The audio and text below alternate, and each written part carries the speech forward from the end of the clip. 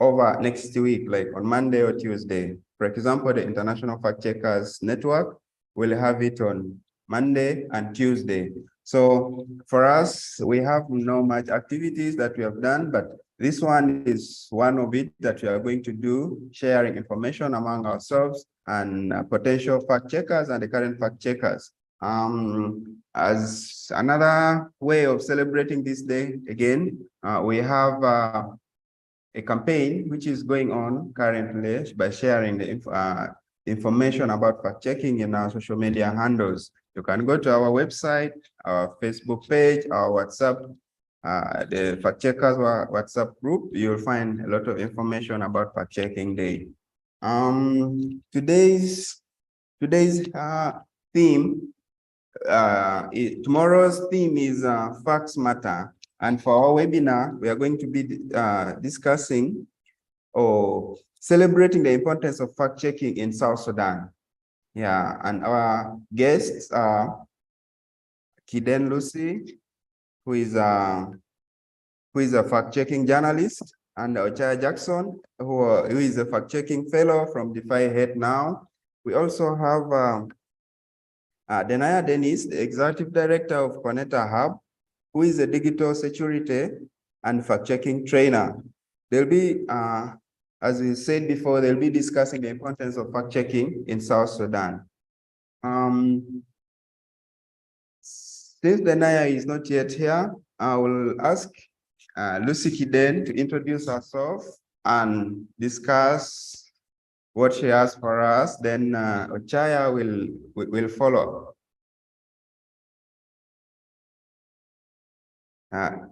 Kiden, you're welcome. Yes, thank you very much, GB. I hope everyone can hear me. Very well. Can you hear me, Moses? Yeah, I can hear you. Yes, good afternoon. And a fact checker. I'm very passionate about fact checking, so that's who I am, and I am looking forward to the conversations we're going to have today. Thank you. All right, Jackson, you can a brief introduction.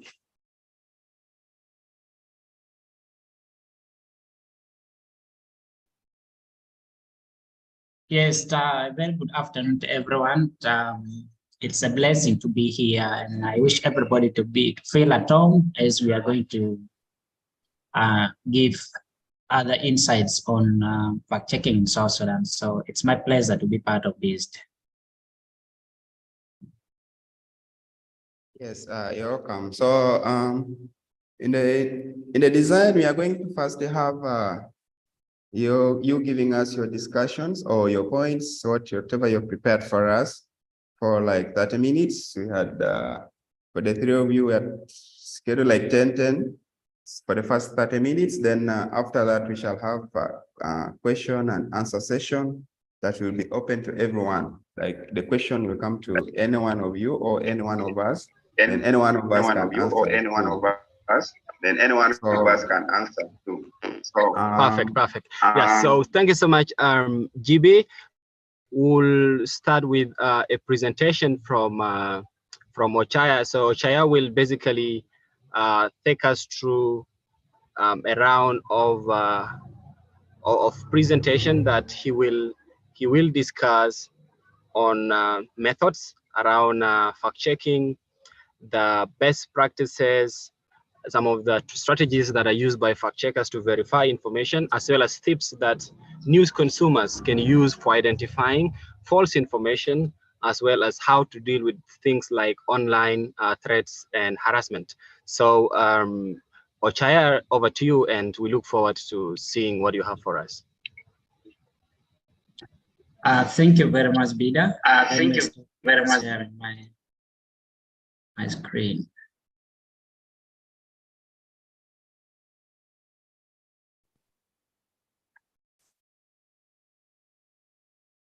Is everyone seeing my screen? yes. Yeah, it's clear. Yeah. So thank you, GB and Bida for slideshow, please. Okay. Okay.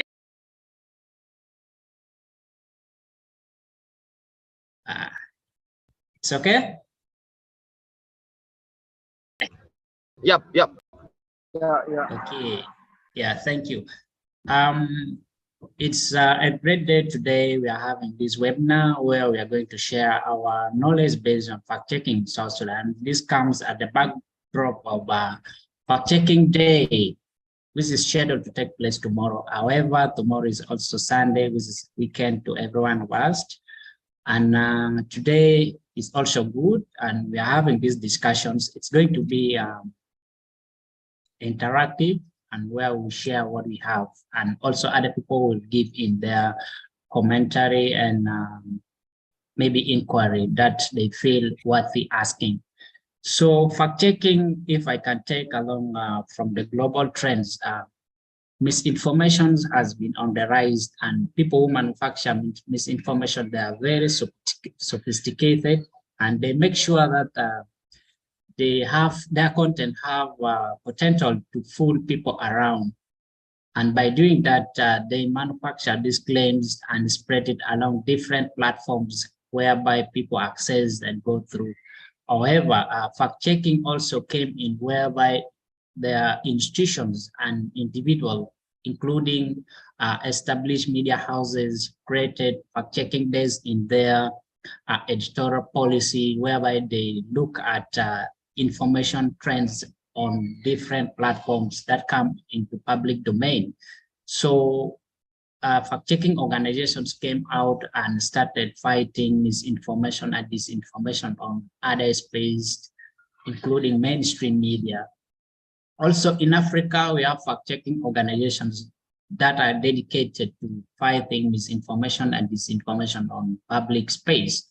We have PESA Check in Kenya, we have Africa Check in South Africa, and we have Code for Africa, Ghana Fact, including 211 Check, which is in South Sudan, the only fact-checking institution in the country. So there are efforts being done to make sure we fight misinformation and disinformation on public space. And now narrowing it down into the best practices fact-checkers used in South Sudan. Those who have undergone fact-checking training, maybe other workshops, they at least have the skills of countering misinformation or disinformations that's unfold on different platforms. So fact-checkers, basically, they used the other two practices that are actually being used internationally by other international fact-checking organization, institution, perhaps established individual who fights misinformation around public space. So in South Sudan, fact-checkers, we verify and cross-check information from multiple sources. This comes as a claim may be in a public domain, but first fact-checkers need to verify if this same claim is on other platforms, like whether it is from mainstream media or from other institutions. Fact-checkers look at this information from different sources to qualify that this is misinformation or this is true information. So fact-checkers, the way they gather evidence around to counter misinformation or disinformation, they are transparent. When you look at fact-checking reports published, you'll find that the methods used to gather evidence to counter that misinformation is mentioned in the report. And the sources, they get that evidence from all mentioned in the reports. All this to add to the integrity that the information has been gathered in a transparent way, and it's actually legitimately meant for public consumption to counter disinformation or misinformation that is being used to fool people around. So fact checkers, normally they check the context of the information, and fact checkers don't pick just the most important data to be used in countering misinformation or disinformation.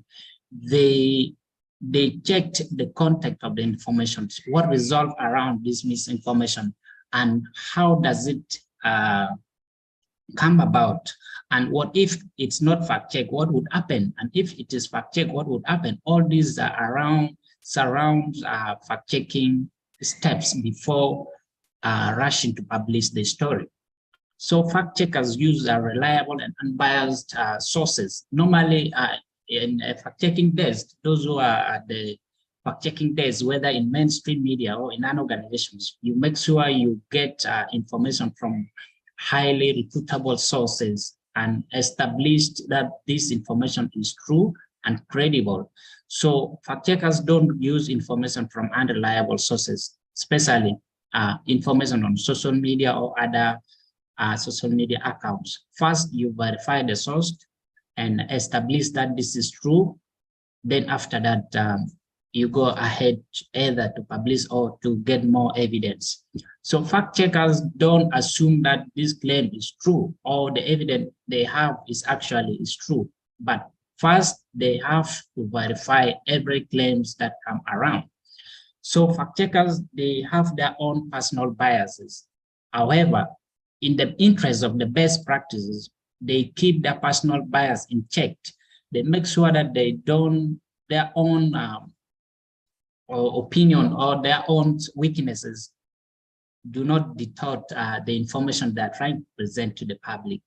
All this is a best practice to carry out the reliable information to make sure the public is well served with the information that is truthful and has integrity of coming from the right source.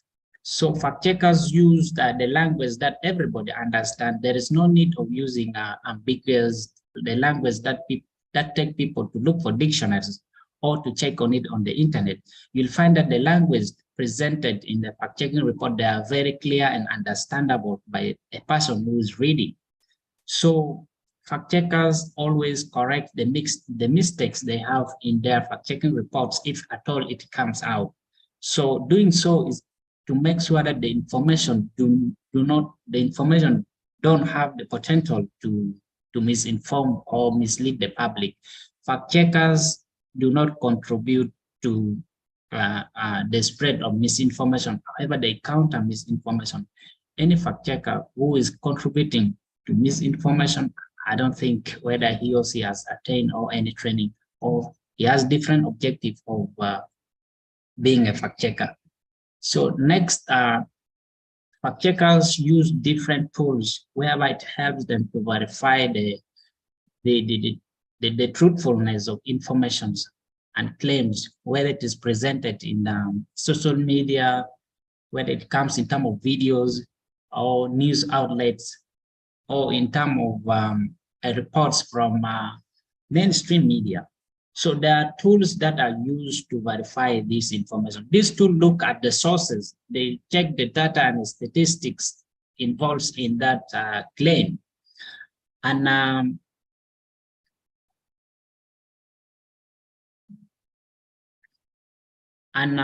they compare this information with other sources to determine the correlations, whether in fact this is related or they are totally different. So these tools helps a lot in doing that, and fact checkers use these tools to get misinformation out of the public space or to counter it, whether the others who may counter on a Facebook, whether it is on Facebook, they counter it on comment sections on Twitter and other platforms. So tools used for fact checking, they handle different phenomena. Tools for fact checking photos, there are others for videos, and there are others for website. So for photos, we have search engines where we have examples like Google search engines. We have Yandex, we have Yahoo or Baidu of the Chinese search engines. So Google search engines has a lens that helps to insert the photo. Then it directs if in fact this photo exists online before or not. And it's exactly analyzed by giving the size of that photo. It gives you if this photo you're uploading has the same size with what has been used somewhere, then it gives you the result. And if it's not there also, it also gives you this has no match. Then you have to use another tool to verify those photos, where we have ref image search. This is also one tool used to verify or fact checks any photo bearing claims. So this used by uploading the photo on the platform, then it directs if it, in fact, the photo has been used somewhere, and it's direct what kind of situation the photo was used. You'll get that where it was used also in the reports, if it was used in the report somewhere, or if it was also fact-checked somewhere, it also gives you all this information as it outlined. And if it fails also to give the results, the exact result of the photo, it means the photo has not been used online. The same as InVid we verify. This also analyzes the photo. It gives the metadata of the photo, the thumbnails. It gives if the photo was first manipulated or forged. It gives you all these details. Then TinEye, the same reverse image search also helps in checking the integrity of the photo. Then photo forensics. This gives the information about the metadata of the photo, and it gives additional information of the information that contained in the photo, whether it's forgery and where the photo was taken and all this. However, there's also a challenge whereby any photo taken and uploaded on the social media platform normally scrap the metadata of any photo uploaded on a platform. So this makes it hard for tools of this kind to verify and find the metadata of a certain photo. The same with forensically. This also gives the metadata information of the photo, and it detects if the photo was forged and or manipulated in another way around. The same with pic-to-map. This also gives information about the originality of the photo, if it was forged, manipulated, or it presents the details. Then next, we continue. Tool for fact-checking videos. We have InVid Verify also fact-checks video. You can do this by uploading the URL of the video on the InVid Verify search. Then after that, it directs if in fact the video was one used, whether on YouTube or any other platform, then it gives the result. And if the video lacks any digital presence online, then it also gives you the result that this is not matching. Then we have reverse image searches, like I said, TinEye, Ref. Reverse image searches fact-check videos by first the fact-checker has to screenshot the video, turn it into photo, then after that upload on reverse image searches platform. Then after that it directs to the sources where that video was uploaded. Then you will find a fact checker will get that video and analyze and present it in a way that the claims has been presented and give the details or the accurate information about it. Then YouTube Data Viewer. These tools was developed by Amnesty International for its Citizen Labs, whereby was meant for verifying the photos and videos about human rights abuses that has been committed anywhere in the world. So you'll find that on YouTube Data Viewer, you upload the URL of the video. Then after that, it directs to the location of that video. Specifically, if the video comes from YouTube, it also directs the links of the YouTube plus other platform, then it gives you check and you find the details of the video. Then Wolfram Alpha, this is also another tools. Wolfram fact check the video by you need to upload it in terms of photo. You screenshot the video, then you upload on the Wolfram Alpha platform. This platform performs various functions, not only analyzing video, but also give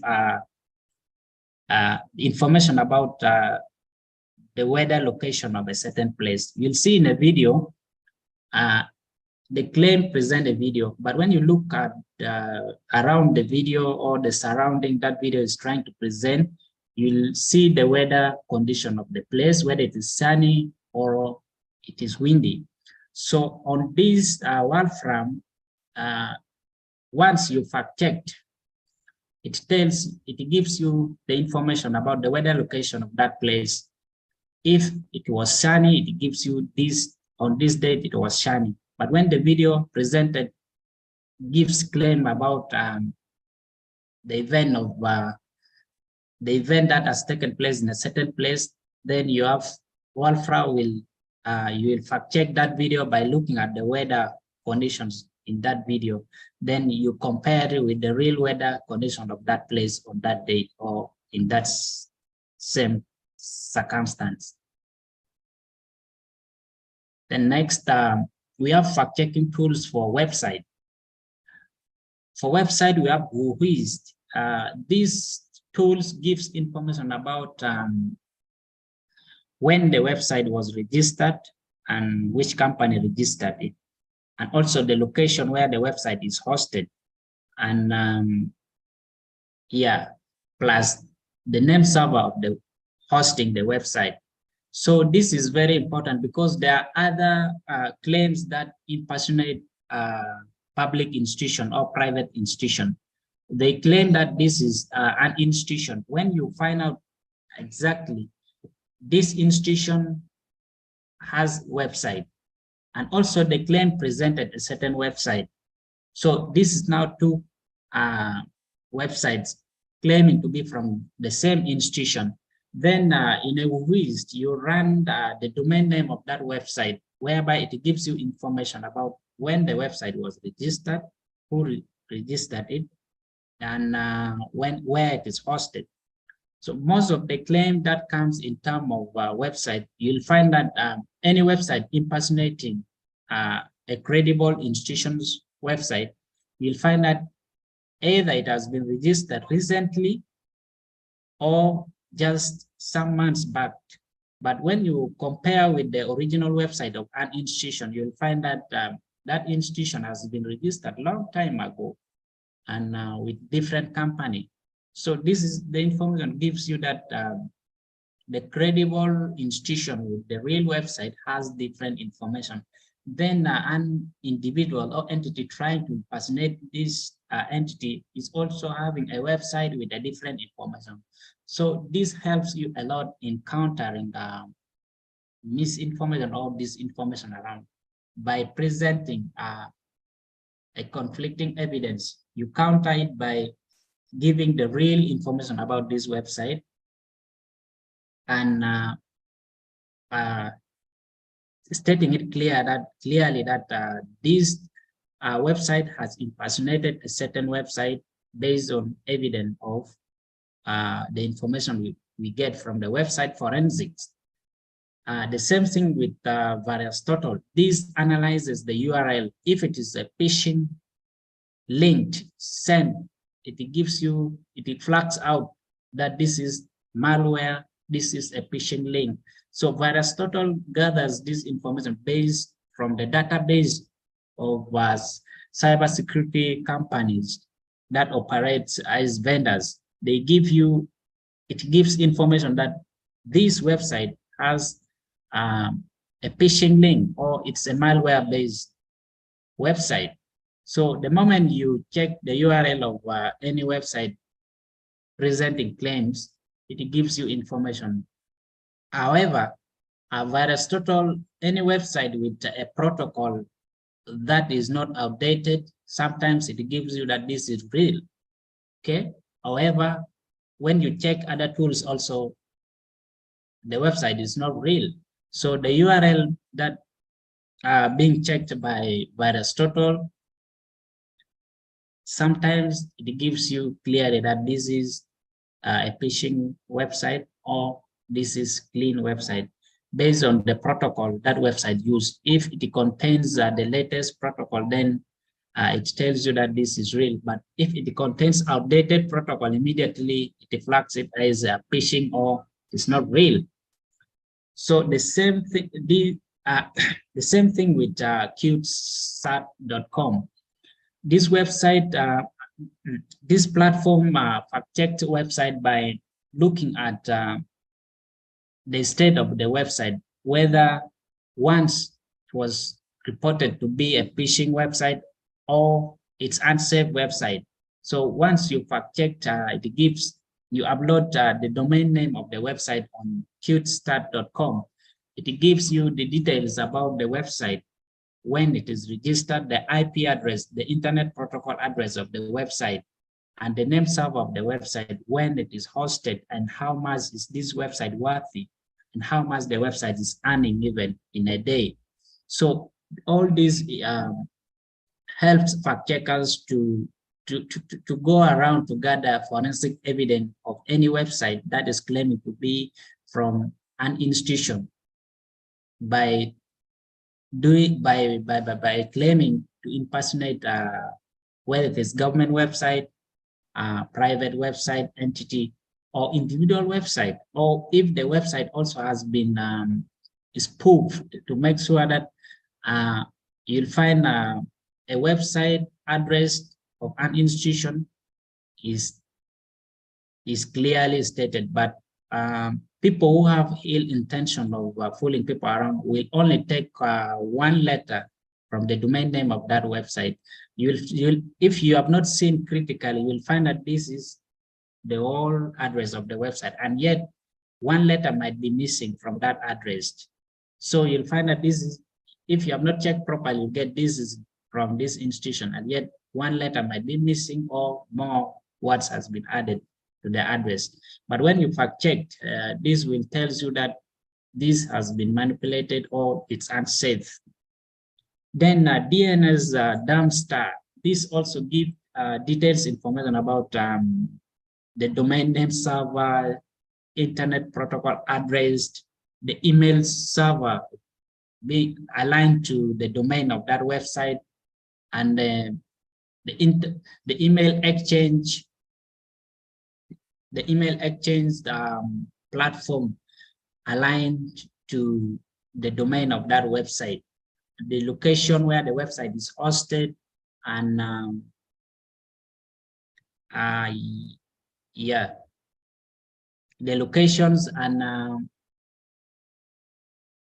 the DNS address of the website. All this, it presents and gives you details information at the back of any website that is being used online. So any conflicting website, where it has been claimed by more than 2 entities, this will help you to fact check, and you'll get to understand this website has different information, and yet they claim to be from one institution.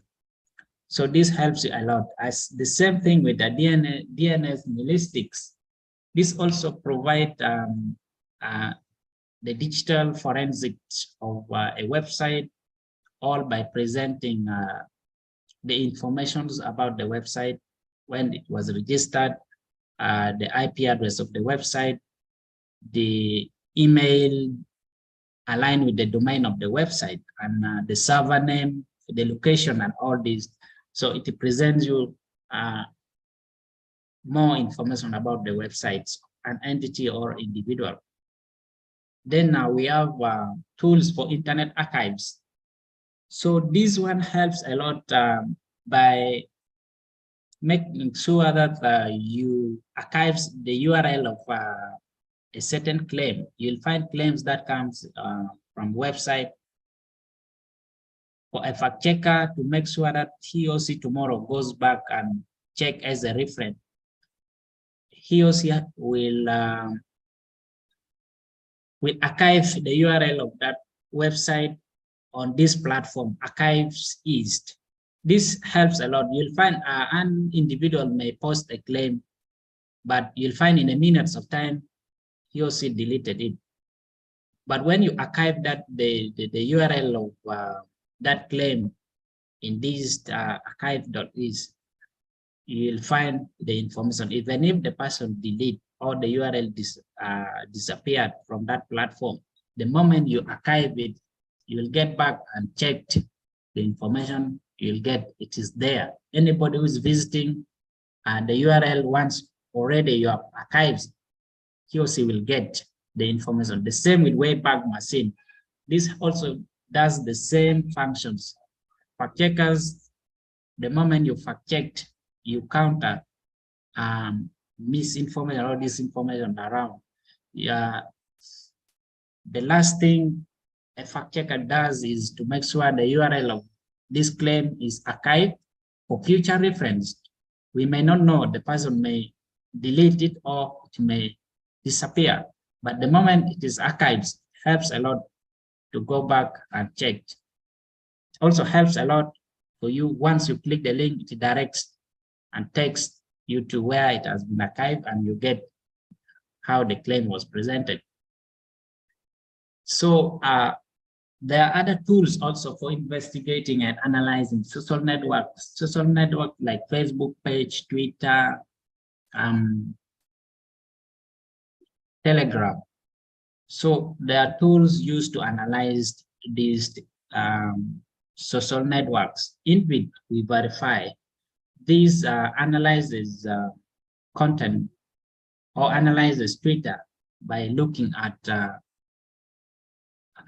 the details information about a Twitter user, and also information from CrowdTangle.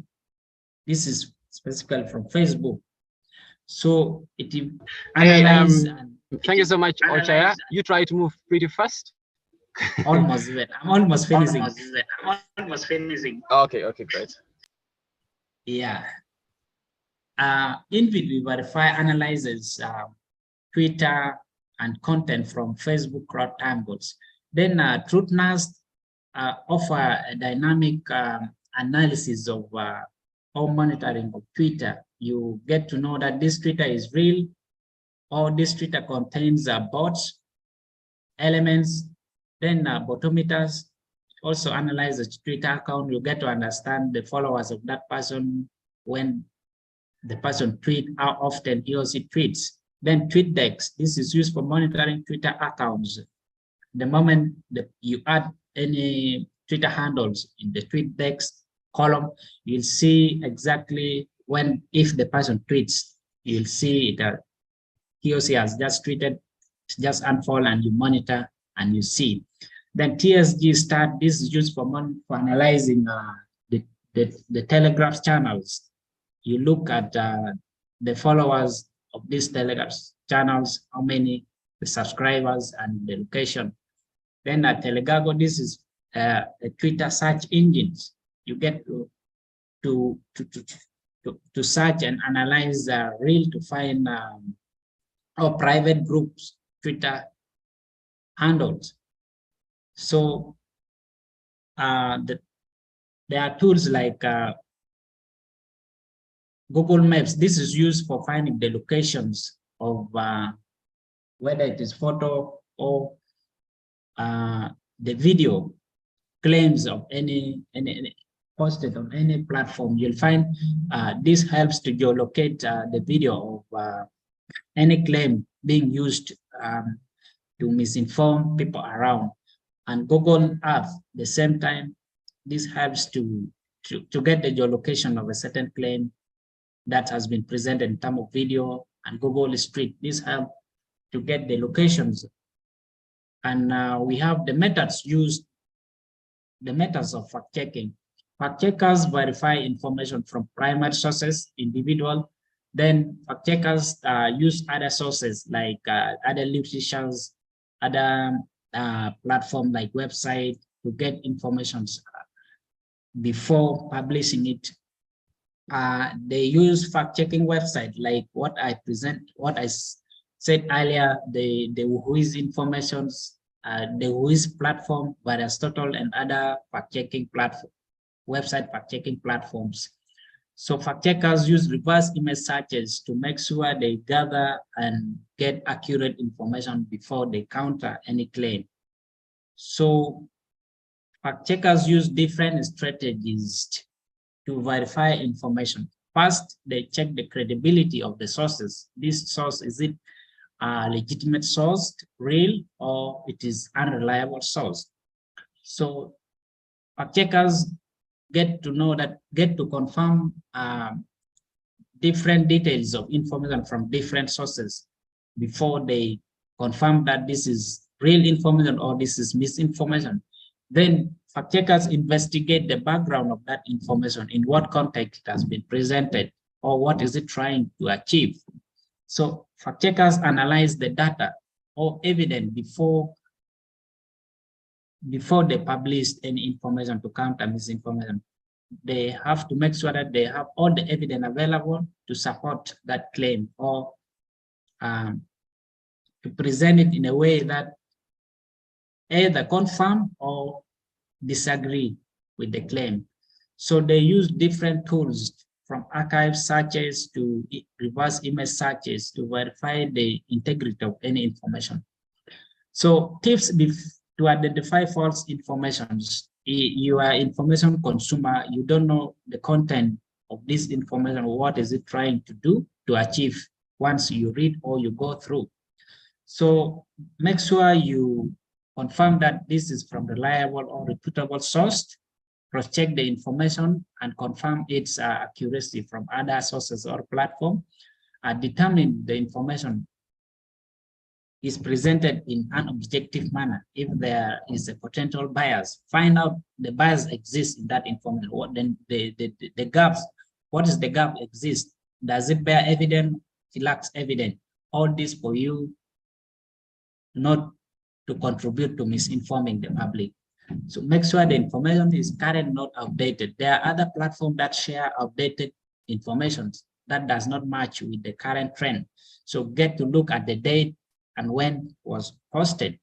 So look at any information critically if it makes any sense or it has any logic. If not, then consider it as false information before you share. Also consult opinion leaders or experts in various fields, if it is political field, medicines, or energy or other technology. You have to contact and get their opinion based on their background. So how to deal with online threats? The moment you are experiencing threats online, make sure you don't engage with the person trying to harass you online. This to cool down the escalation, to make sure it does not escalate. Get the evidence of the harassment by either taking screenshots or by profiling the evidence. Then report the platform where it has occurred. Make sure you block the person so that you don't psychologically affected. For your own mental health, block that person so that you stay safe. If the person or the platform is trying to advance, and consider reaching out to law enforcement agencies where you file a case or report how you are being harassed. Then always take care of yourself and look for help from professional people so that you stay safe. So that's the brief presentation I have for you today.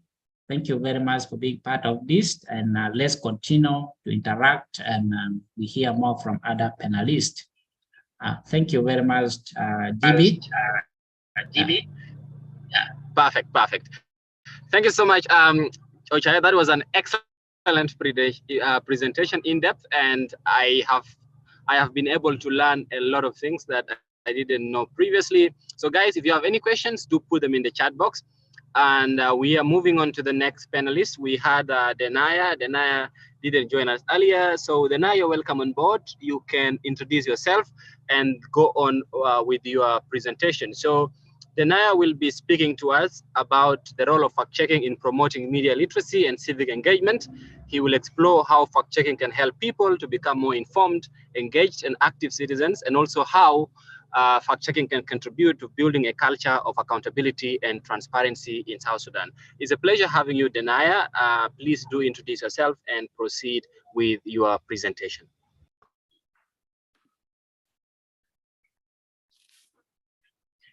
Hello, everyone. It's good to be here. And as we're celebrating the International Fact-Checking Day, I want to say thank you so much, Bida. And it's an honor to be part of this amazing team and to also share insights into what we're doing individually as institutions to make sure that we contribute to this important day. I have a slide, if you can get that a little bit off, just to allow me to share my screen. Let me do that.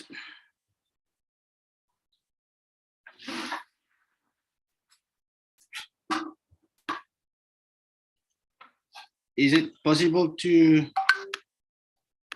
Okay, so yes, please share your screen. Okay, so okay.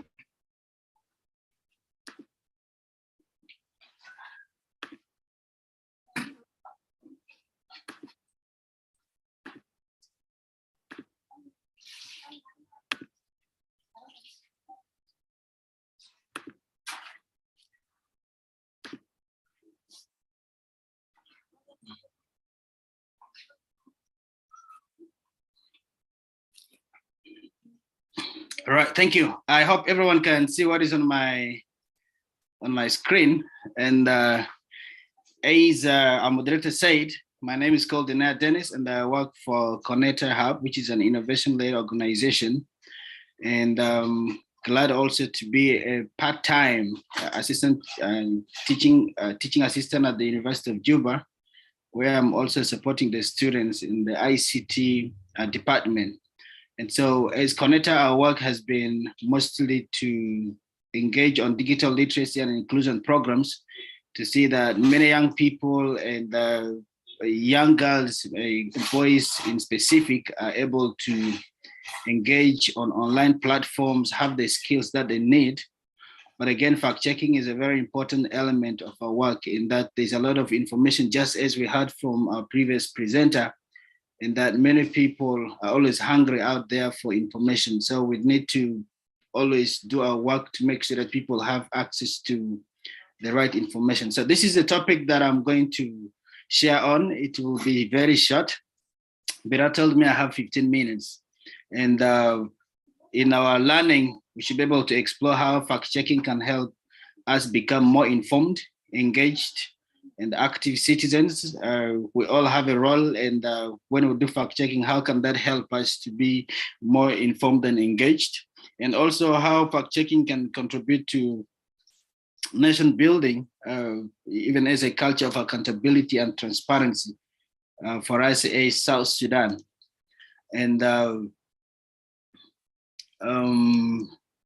briefly, just I want to talk about these keywords in our discussion today. Which is one, digital, which is media literacy.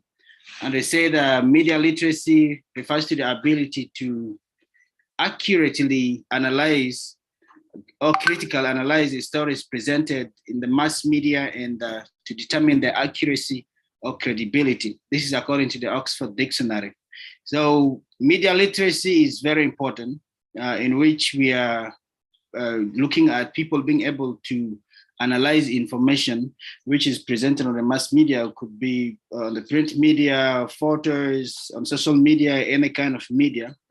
They should be able to determine that this information is accurate. When you see a photo, when you see anything posted on the internet, how is your ability to analyze that this information is correct when you see it on the internet? And then when we talk about a civic engagement, here we're also referring to any individual or group activity that is addressing issues of public concern. It could be an outcry from a community, a group of people, and they come together to address a certain issue. So these are the keywords of our of our discussion that I wanted to talk about as we move forward. Next slide. I don't know, it's not giving me the next slide. Okay, so we want to know about the reality today. The reality today is that most individuals, organizations, whether governments and the leaders, they depend on information. That means they need information for them to be able to make good decisions and critical judgments on situations and what is happening. So where there is no clear information, definitely there is going to be a wrong decision, in other words. And then if there is a need for these individuals, organizations to have information, then the big question remains, who is sharing that information? The person, individual, or the person sharing the information, where is the information being shared? How is the information being shared? Why is even the information being shared? And when specifically at that moment that the information is being shared? Like today, we live in the digital era where there is a lot of fake news. We have just heard from our colleague before, and we see a rise in fake news today. Just as like there's good news, it's 16 hours. I remember when I was growing up with my dad, I used to sleep in the same room, and every moment in the morning at 6 a.m. he could wake us up. He could tune on to BBC, because by then BBC was the main source of information. And so he tunes into the radio and he wants to know what is happening in the news. So all of us get to hear if there's fighting, if there's anything that is happening on another side of the world, we get to know.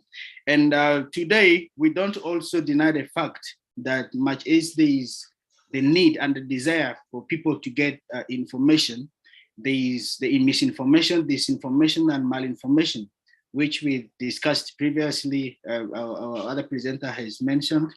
And these are things which are happening and they are real in the world today, whether we like it or not. Every day we encounter this.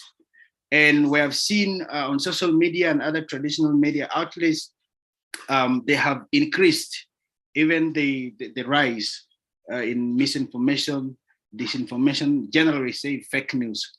We have seen this on social media. It could be on Facebook, Twitter, and so many other platforms. And now, one thing we want to know is that misinformation is naturally human. Human beings, they have a tendency of spreading false news. And I believe when I was reading a little bit about misinformation and how fake news came about, and I realized that it even dated back to the Stone Age period, to the period where the internet and technology was not there. You found that people used to carry information from one person to another. And in our communities, we used to have people like that. We have people who go, sit in a place, another one will carry information to the other one. In Arabic, we call it gali gali, And then I don't know in your language how you call it, but it dates back to the human nature in sending information which is not true. It could be something that is intended to harm. Of course, we know misinformation and what it is all about. And so there is a need to do fact checking because of the rise in misinformation. And you find that, as I said before, that many organizations are depending on data and information. Any organization or government that depends on information and they landed on wrong information definitely is going to affect decisions and policies within that institution. So there is a need to do fact checking because there is a lot of unverified information, for example, on the internet, information that is not correct because it is on the rise. Today, we also look at crimes and cyber issues, which are becoming very common, even as we engage on different platforms on the internet and everywhere. So you find that misinformation comes with issues with cybersecurity issues. You find that people have fallen victims because they're always on the internet looking for information, and the information they land on tampers with their data as well. So there's a double kick. You get wrong information, and then your information is being taken because you have genuine information. So cyber issues are on the rise. So there is a need to make sure that the fact checking is being done, and there's a need for that. And we say there is a fake popularity and promises by individuals. We see that many people, I could say maybe politicians and others, when they want to convince you to do something, they have to mention things which are not true. Politicians can talk about, a community A, community B, like this. They could share fake information just for them to be popular. So if we don't have people who are there to make sure that they're able to verify the information, what do you think will happen? Definitely it's going to impact negatively in the different communities. According to Wikipedia, it says research suggests that fact-checking can indeed correct perceptions among citizens, as well as discourage politicians from spreading false or misleading claims. This has been happening in the other countries. I'm sure that even as a country, in South Sudan, very soon we're going for elections, if I told it is going to happen. And this is a time that, we need to be very, very attentive to what is going to be happening, because there's going to be a lot of fake information. There's going to be a lot of claims which are not true. There's going to be a lot that is going to be happening. That means if we establish ourselves to be fact checkers and to make sure that we're able to bring the right information to the people and to the communities as citizens, then we are going to discourage politicians and other people from spreading false news and information that is not true. Now, as we're discussing this, we're looking at how can fact checking help us to be informed citizens, people who are able to be responsible as citizens. And they said the role of fact checking. This, according to me, I know we can get this, and our previous presenter has also mentioned a lot. But to me, once we have verified information, it helps us to make the right decisions. Just imagine that you're depending on information. You're depending on data on the internet, and organizations that depend on information from the internet or anywhere. Once they land on wrong information, what they think is going to happen? It's going to impact on their what? On their reputation. It's going to impact on their development, on their growth, even you as an individual. We saw during the time of COVID-19, where there's a lot of fake news going around, specifically about the vaccine. What happened? People are told a lot of information, negative things. What happened to the decisions of many? I can tell you that most people today, they didn't get the vaccine. Why?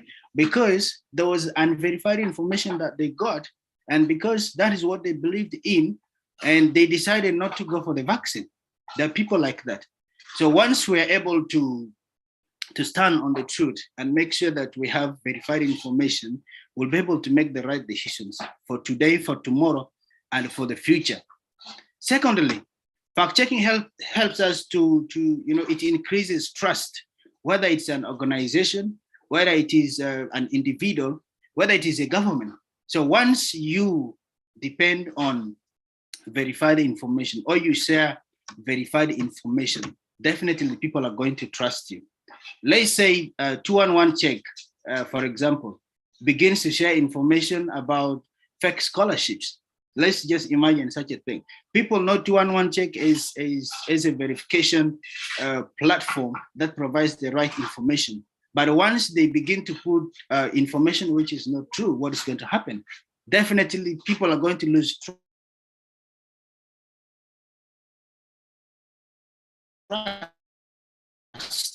News outlets, IFM, and we have other radio stations where people depend on news. They begin to share information which is not true. What do you think will happen? Definitely there will be no trust, even to the government. So there is increased trust when information is correct and information is shared rightly to the community and to the people through the different outlets that we use. And also another thing that I mentioned here is going to be a participatory responsibility to development as an individual, as an institution, as a government. Once we put heads together and say, this is what we want to do to make sure that we share verified information. For example, recently we have seen a lot of adverts which are not true, coming from the National Revenue Authority and sometimes from USAID and the rest of that. So when that advert is being put out there, who is the victim at the end of the day? There's an individual who's going to fall a victim. Now, how about when we take a responsibility as an individual and say, for example, if I know that the information is not right, and then I begin to share that, please, this information is not right. What would I have done? I would have contributed in development of the country, of the institution, of even verified information, verification systems and mechanisms that we put in our ecosystem. So this is very crucial. And I saw even in Uganda recently about population census, something, there was an advert, and until they had to come in. So if we know that information is not right, we can all participate. We can participate and say this information is not true. And all of us, once we do that, that means we have become responsible citizens. Now, the question is, whose role is it to do fact checking? Do we need to wait for Safetycom? Do we need to wait for 211 Check? Do we need to wait for Mirai FM and other, media outlets to send us the information? The answer is definitely no. What am I trying to say? Fact checking is everybody's responsibility. That means it begins with you. You are accountable to whatever you see on the internet and what will happen next. You are accountable to what you share on the internet. And I want us to reflect back to this campaign that even Defy Hate was engaged in, which says that think before you what? Think before you click. This campaign helped a lot of us. Even me, that was the time that my eyes opened to knowing that there's fake news and there's misinformation. There are things which are not right on the internet. So it is our responsibility, before we share any information, before we talk about any information that is not true, we need to think about this information. How genuine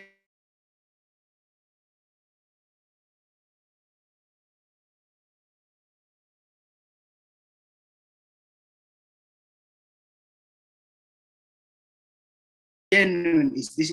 Mostly, maybe Telegram is there. Yeah, Telegram and other social media platforms. So this is where information has been shared. So what has been your role when you see information that is not true and you see that is being shared on different platforms? What have you done on it? In this, I'm saying that all of us are accountable. All of us have a responsibility that we're able to filter the information that we share on the internet. So all of us can do the verification. We have just learned here. I'm happy that some of us who are on this platform already learned about some of the tools that you can use to verify information. You can begin to learn that even on your own.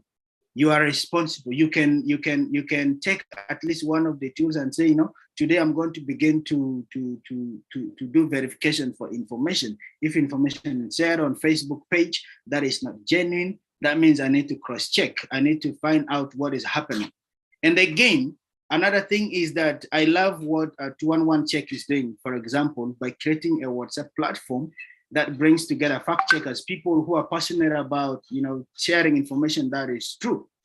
And in that platform, I've realized that people are conscious about the information and about things that are happening on the internet. They're able to share information. There are some things that some of us may not know, but when you're able to share on the platforms, some of us will get to know, oh, so this was really happening outside there.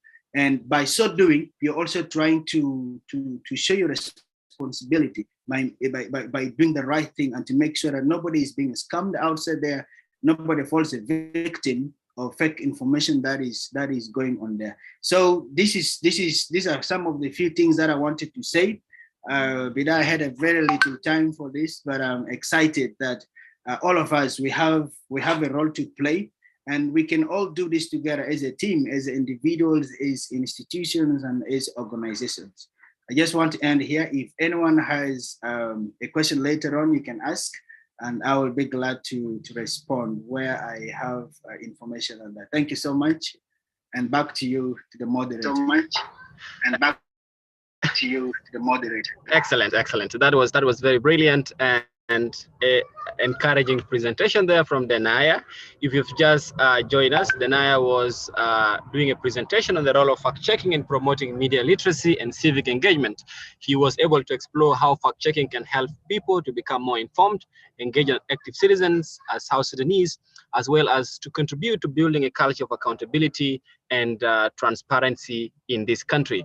He's been able to share a lot of valuable insights that I'm sure most of you have taken through. And if you don't know Denaya Dennis is the founder and executive director of Connector Hub, an innovation-led organization that is championing digital literacy and inclusion programs. He's also a 2019 Mandela Washington Fellow and a teaching assistant at the University of Juba School of Computer Science and Information Technology.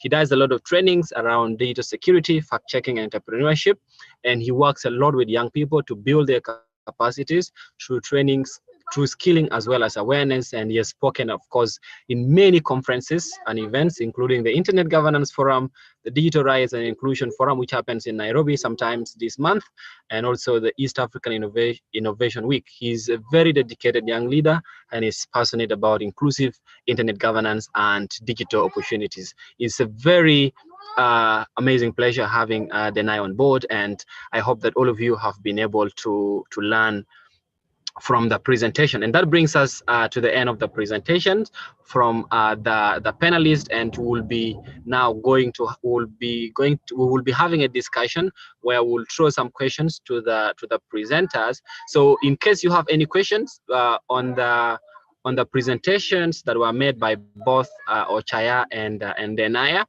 you can raise your hand up and then you can ask your question. You can direct your question to the person based on the presentation. It could be Ochaya and it can also be Dennis. So you can raise your hand or you can just throw your question in the chat box. If there are no questions, then we'll move to the discussion. Do you guys have any questions? You can raise your hand or you can throw your questions in the chat box. In the chat, let me just check through the chat box. I don't see any major questions in the chat box. Okay, I don't see also any hand up. Okay, yes, Wani Yusuf, you're welcome.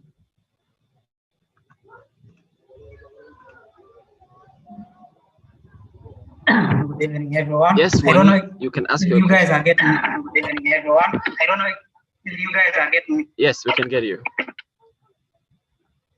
Hello. Hello. Yes, we are getting you, Wani. You can ask your question. Okay, Mandela, I see your hand is up.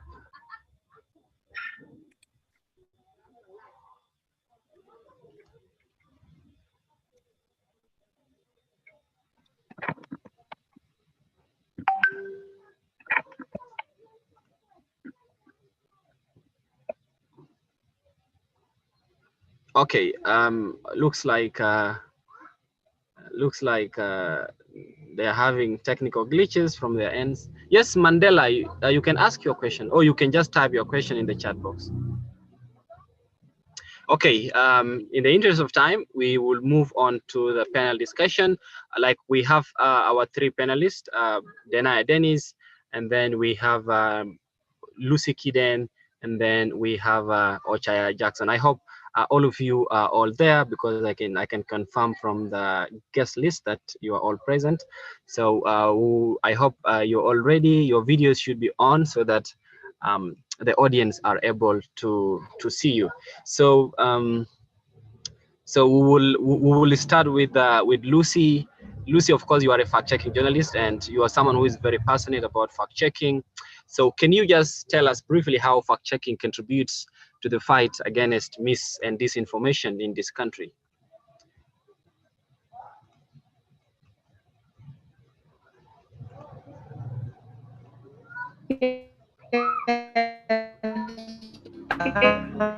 Thank you so much, Bida. Thank you so much, Bida. All right. All right. For that very detailed presentation, Bida, as well as So there's some echo. I think there should be someone with a.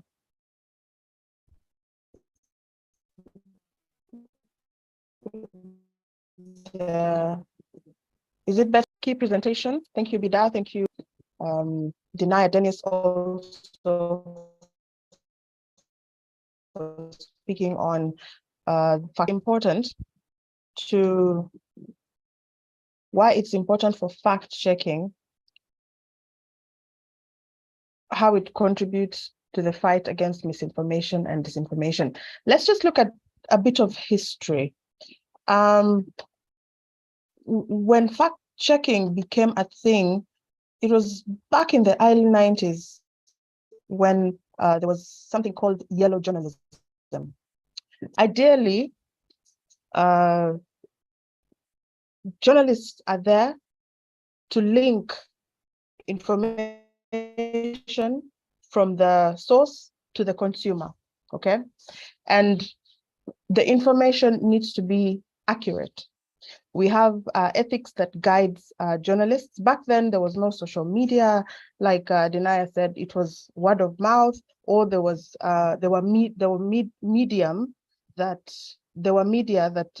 that connected this information. So we had radio, there were newspapers eventually. If you go back to the Stone Age, there were meetings.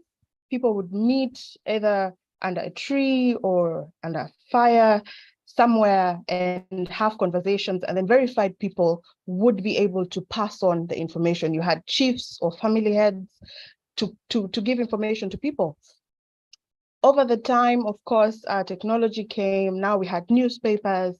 And so in the US, let me just define yellow journalism briefly. Yellow journalism was a term for journalism that was associated mostly with newspapers who would not be so focused in giving truth, okay? Because if we look at some of the ethics when it comes to information that we should share as media personnel, we are supposed to share information that is true, information that is verified, information that is not biased, information that will have an impact wherever it is going, information that is not meant to do harm, okay? We have the do no harm policy. And so these were media people who would share information that was sensational. It was no longer about the ethics, but it was no longer about the quality of the information, but the quantity of the consumption. So news would be put in a way that people will be excited, or in two different ways: excited from a good point, or excited from what's the other word? From an incited point, where people either get angry or people either get too happy. So it's not really about the normal receiving of information. So when yellow journalism came, that is in the 1913s there. So a fact-checking platforms were embodied by some of the mediums there, like New York Times. And initially, I'm proud to say that most of it was done by women. It was a department for women only. And then eventually, there was a call for gender balance, and then men also became fact checkers along the way. Now, institutions would actually have like a department for fact checkers. So before any news is published, it is fact checked by those people. So there are two kinds of fact checking. There's internal and external. So you either have fact checking in the institution, where you employ people who fact check, or you employ either an agency or a consultant to come and fact check those information. And anyone who was caught always doing errors were held accountable. Yeah, there were policies in place in these institutions. And so fact checking became very important in that sense, because then now we were back into a place where information was verified, information was about truth, information was about getting it from the right source and delivering it to the consumer for the right purpose. So over time, social media came. And now with social media, the role of information sharing shifted from just being about journalists and media all the kinds of media. Of course, we have radio, we have print, and the video productions as well. So TV, you know, it moved from that to anyone literally with a phone and access to either Facebook, Twitter, or whichever social media, or anyone who can create a website can just create it and start sharing information. And the work of fact checking can be tedious. For some of you who are fact checking, it can be tedious, it requires work, it requires a lot of resources, but these are things that many of these non-verified mediums, non-verified people are just going ahead to share this information without fact checking it. Some of them put themselves inside the story, they personalize it, they make assumptions. And so fact checking has become a very important tool, because when you talk about information that is not verified, it is actually very, very dangerous because it has consequences. Now, I'll just give an example of the time for COVID. Bida, I don't know how much time I have, but I'll give an example for the time for COVID when, for example, there was information that if you drank sanitizer, you would protect yourself from COVID. If you drank a lot of alcohol, ethanol, like 100% alcohol, you would get protected from COVID. And that was very dangerous because people actually died taking sanitizer. People died. There are reports online of deaths in regard to ingesting sanitizer.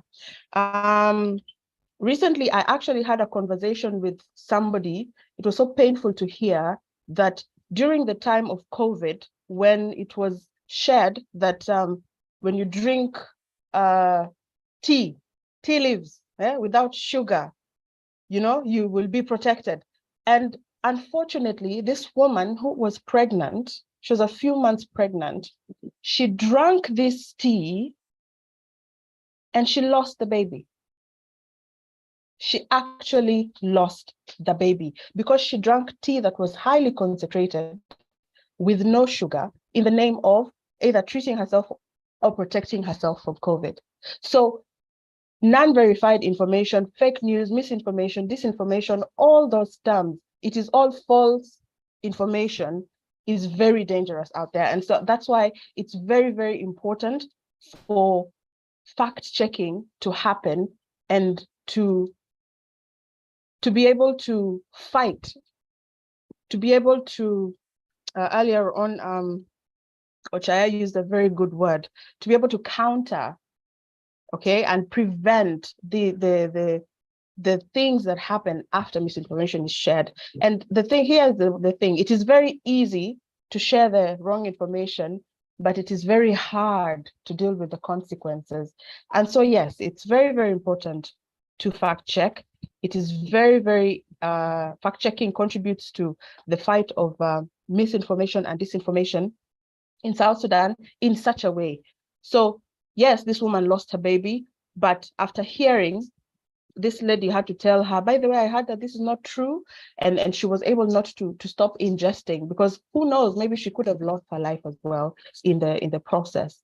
I did meet a bunch of people who were drinking a lot of alcohol because they were thinking about the same thing. But when I was able to tell them, no, by the way, this alcohol does not protect you, and they were able to stop.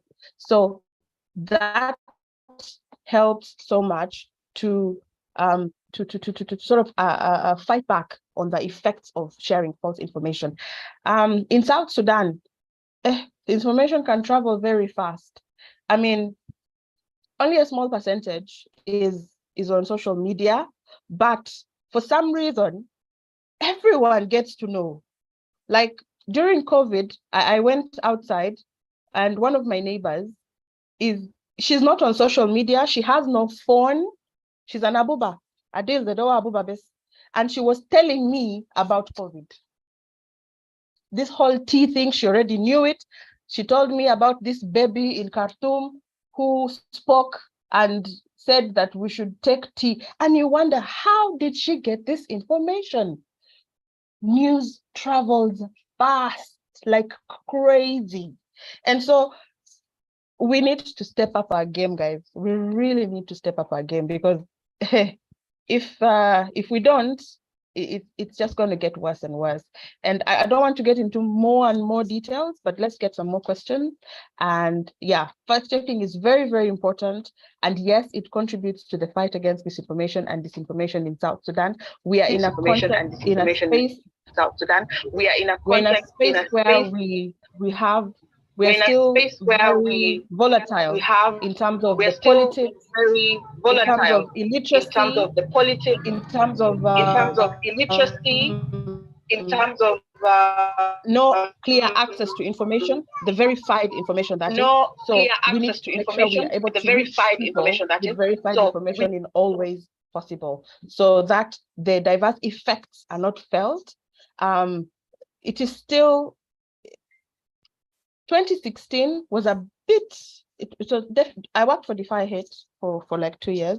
In fact, I was part of the group that started 211 Check, and if you look back in 2013, there was a report that there is a very high chance that due to sharing of false information, 2016 became worse than it could have been. You know, the conflict became worse. Those who are here in 2013, they keep saying, even I can say that 2016 was worse than 2013. Why? Because false information kept spreading. We kept receiving issues, tribal attacks are going to happen. I kept receiving them in my inbox, and it was very hard to know what is true and what is not. So the difference here and the countermeasure is definitely fact checking. So it needs to be taken very, very, very seriously by all institutions, and everyone who takes up the role of a journalist and decides to share information needs to also adhere to the ethics of journalism. Yeah, that's it. I'll wait for more questions. Wow, that was in-depth. Thank you so much, Lucy, for those examples. Some of those things I really didn't know, but I'm glad I know them now. Now, Denaya and Ochaya, do you have any additions that you would like to make without any repetition on how fact-checking has contributed to the fight against mis and disinformation? 1 minute, in case anyone wants to make an addition. Yes, Bida. Okay, Ochaya. Yeah. Thank you very much, Lucy, then, for giving a thorough explanations on the importance of fact check to counter misinformation. I actually appreciate what you said, and I'm going to add just something small. So when you look at social media space in South Sudan before the coming of 211 Check, okay, we were having serious misinformation, a very polluted social media space where we don't trust or we consume information that's not accurate. But when 211 Check came in with the initiative of verifying and fact-checking and debunking various information, so there is a little bit of drop, and the curve has been bent already, that those misinformation players or those who manufacture this misinformation and claims around social media space, they already have that fear that their content has little chances of surviving. Their content so has little that chances to me in of itself, surviving. I can tell me that fact-checking has contributed to the fact that misinformation has been prevented from spreading around. And fact-checking helps individuals to make informed decisions about the choice of what they choose to consume or to share with other platforms. This has helped a lot to minimize harms and confusion. So checking play a very big role in our society. Okay. This is what I can add.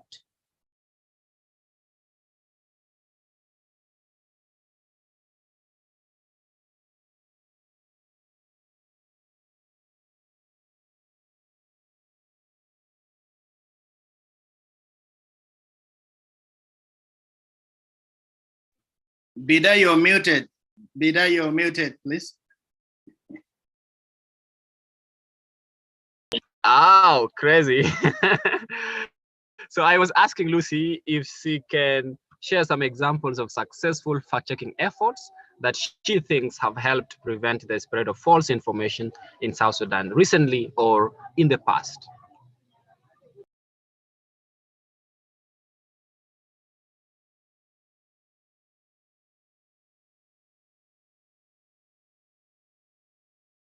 Lucy, Your mic Lucy, is off. Your mic is off. Lucy. Thank you. Okay. Honestly, I think there are many. There are quite many actually, but and I know that some of the key media institutions do fact check in the newsrooms. I mean, fact checking does not only happen online. It also happens offline. It also happens in your daily lives. It happens. I mean, just if you buy a product and check whether it's expired, you're fact checking. I mean, it's in the shop because the shopkeeper has said that it is okay for you to buy it. But when you check for the expiry date, you have fact checked. So it's a daily life thing. It's actually a lifestyle that we should embrace. And so just bringing it to the context of information sharing just makes it a bit bigger, because now many people are involved. It's not just one person, you and the shopkeeper, or you and the Zolta Souk, you know, or you and your money changer. You have to verify what the rate is sometimes if you have to change money, you know. So in terms of examples of how fact checking has helped here in South Sudan, what I can seriously attribute to is COVID, because that was actually the beginning of how 211 check came to be born. People who were not happy with the information going out there and had the ability and the tools to be able to fact check, and the information partnered with Defy Hate Now, and we were able to create a group where we would share whatever we saw from any group that was not correct. And we would, in that group, we had journalists, we had doctors, we had people from the Ministry of Health. We brought everyone into that group. And so we were able to immediately fact check information and ask, is this true? And when the information was shared back to us that, oh, this is not true, or this is not true, the site had now to be created. At first, it was just the Facebook page, but also it didn't stop at that. We had to go physically and talk to the people around us. You know, you had to go and say, hey, it has mashunu, by the way, hajere, masa, kanta surubushaide, mabisaidu. You have to go and test, you know. Many people were receiving information that even the testing was propaganda. They were going to inject you with something else. And so that really, really helped, and it gave birth to 211 check. And then 211 check started even doing more than just around COVID, started looking at even articles that are being written by the different media houses, and reaching out to them and saying, hey, this is not correct, you know. And people like Bida came in. They even have to make calls to which leader who was quoted saying what, and you have to call them and say, did you say this? And they're like, no, we did not say this. And then they're able to verify. And so this is something that that really brought us together. It's interesting. It was a crisis. It was a pandemic, but it gave birth to something good. 211 check. So I think that would be my biggest example, but there have been very many other ways that fact checking has sort of been used to counter information, informally and formally, and I'm sure all of you have been part of that. Yeah. Bida, back to you. Wow. Well, thank you so much. Thank you so much, Lucy. And maybe Denaya, like from your experience as somebody who is in tech, what do you think is fact checking lacking so far in this country, especially in things? Yes, please. Are you getting me? There is a question in the chat box directed to Lucy. Okay. Let me check that question. I think the question was related to the first comment, that what are the characteristics of yellow journalism? I think based on the first answers that you had.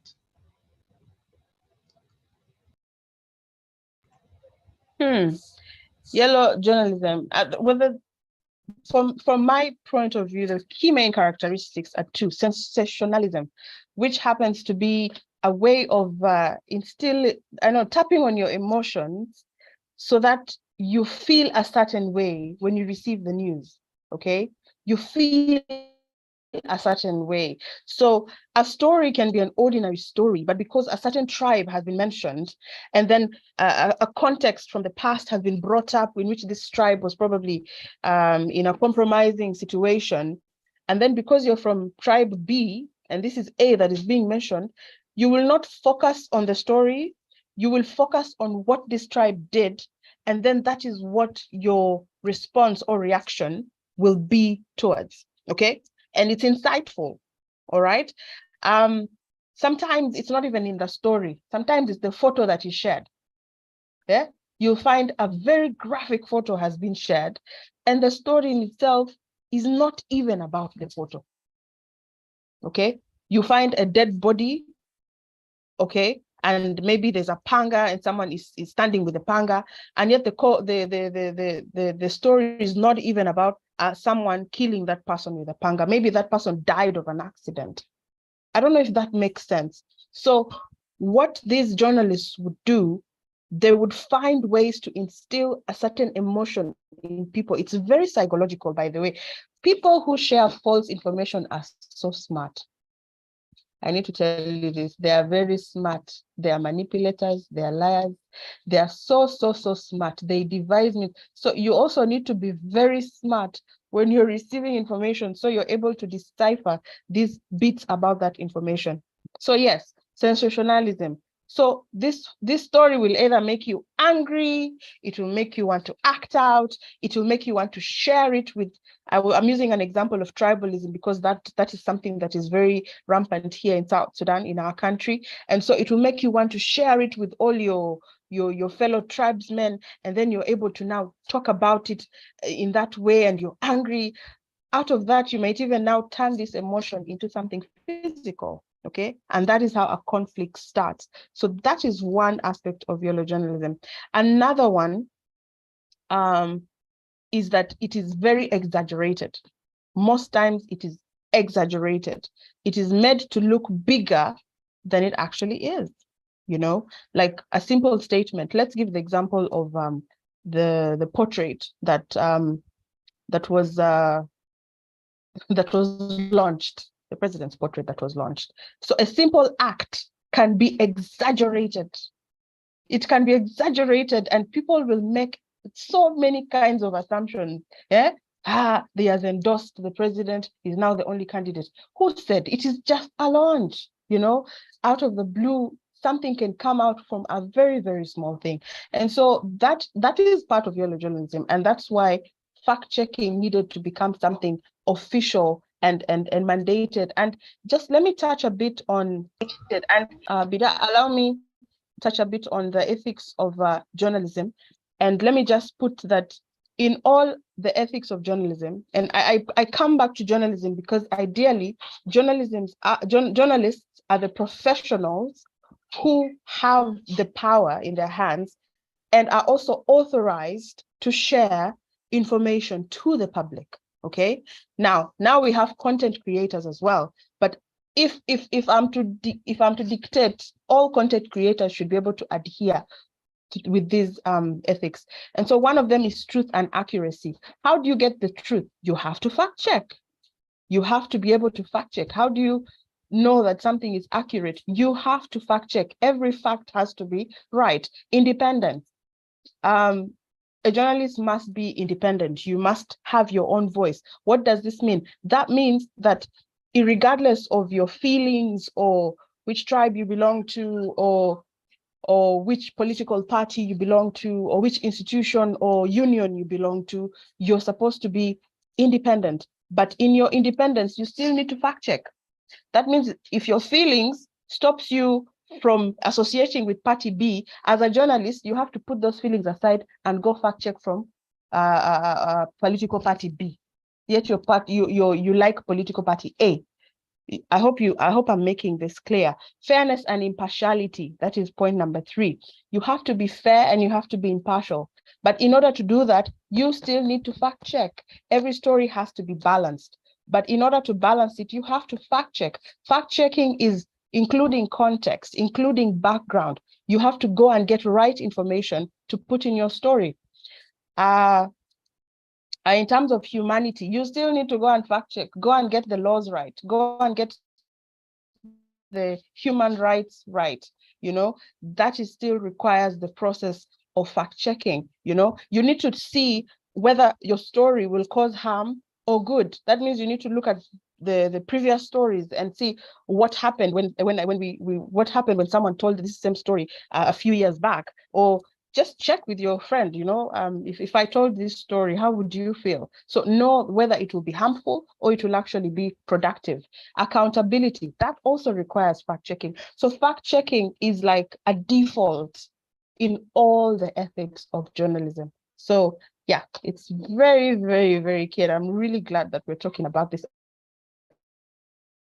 I really wish the whole country was I really wish the whole country was on this webinar, but yeah. Okay, I think you have one last question that I see in the comment. Someone is asking that comedy remains a catalyst for misinformation. Lucy, how best can this be dealt with? This is a tricky one. This is a very tricky one. Comedy, this is where there's a lot of use of satire. I know people who speak in opposites sometimes. Someone comes and greets you and says, "Hello, Kiden, I know you're not doing fine," and in actual sense they mean you look okay. But that's their comic way of addressing you as their friend, or as someone they relate with, but that's who they are. And so when it comes to comedy,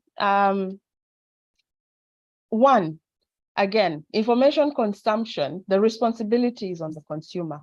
At the end of the day, the first responsibility is on the consumer. You cannot control the story that you receive. You can't. You cannot be someone's mouth. You cannot close their mouth and go like, I know you're going to say something wrong. No, you cannot control the stories you receive, the information you receive. But one thing you can control is how you perceive it, is whether it offends you or not. Is you can control whether you share it or not.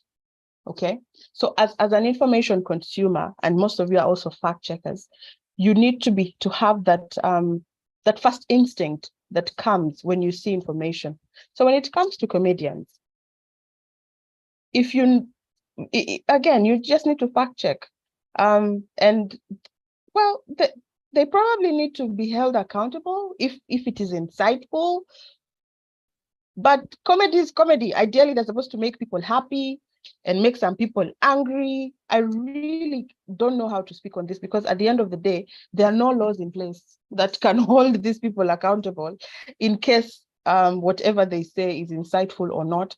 But if it's comedy, it has already been tagged comedy. That means it is meant to entertain, okay? And so unless this person is going out of their way to use their influence to incite, and it is very clear, then you can be able to either try to report them or try to address it with them or ask them to tear down that post or report it. Say, for example, if it's on Facebook or on Twitter, report it. There are mechanisms for reporting, and you do that. But if it is a show and they're speaking and it's supposed to make people laugh, it is you to choose either to be offended or not, or to act on the offense or not. At the end of the day, they are being comedians, and yeah, that's really it. They are trying to entertain people.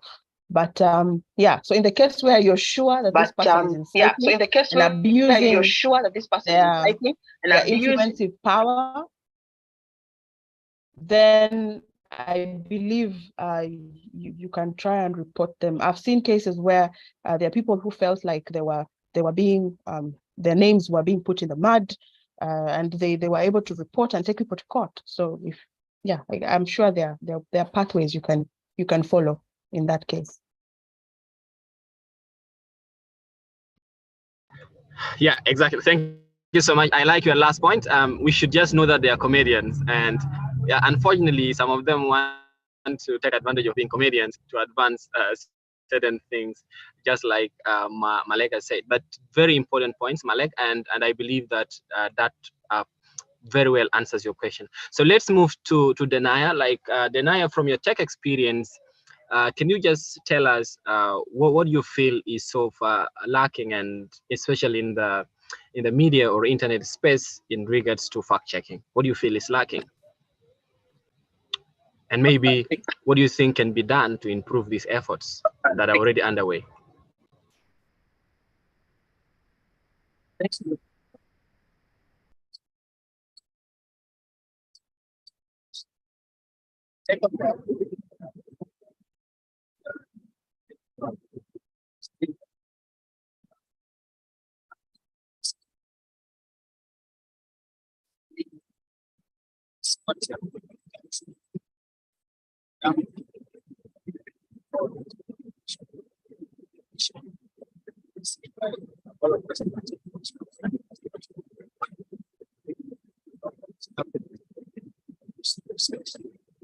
One thing,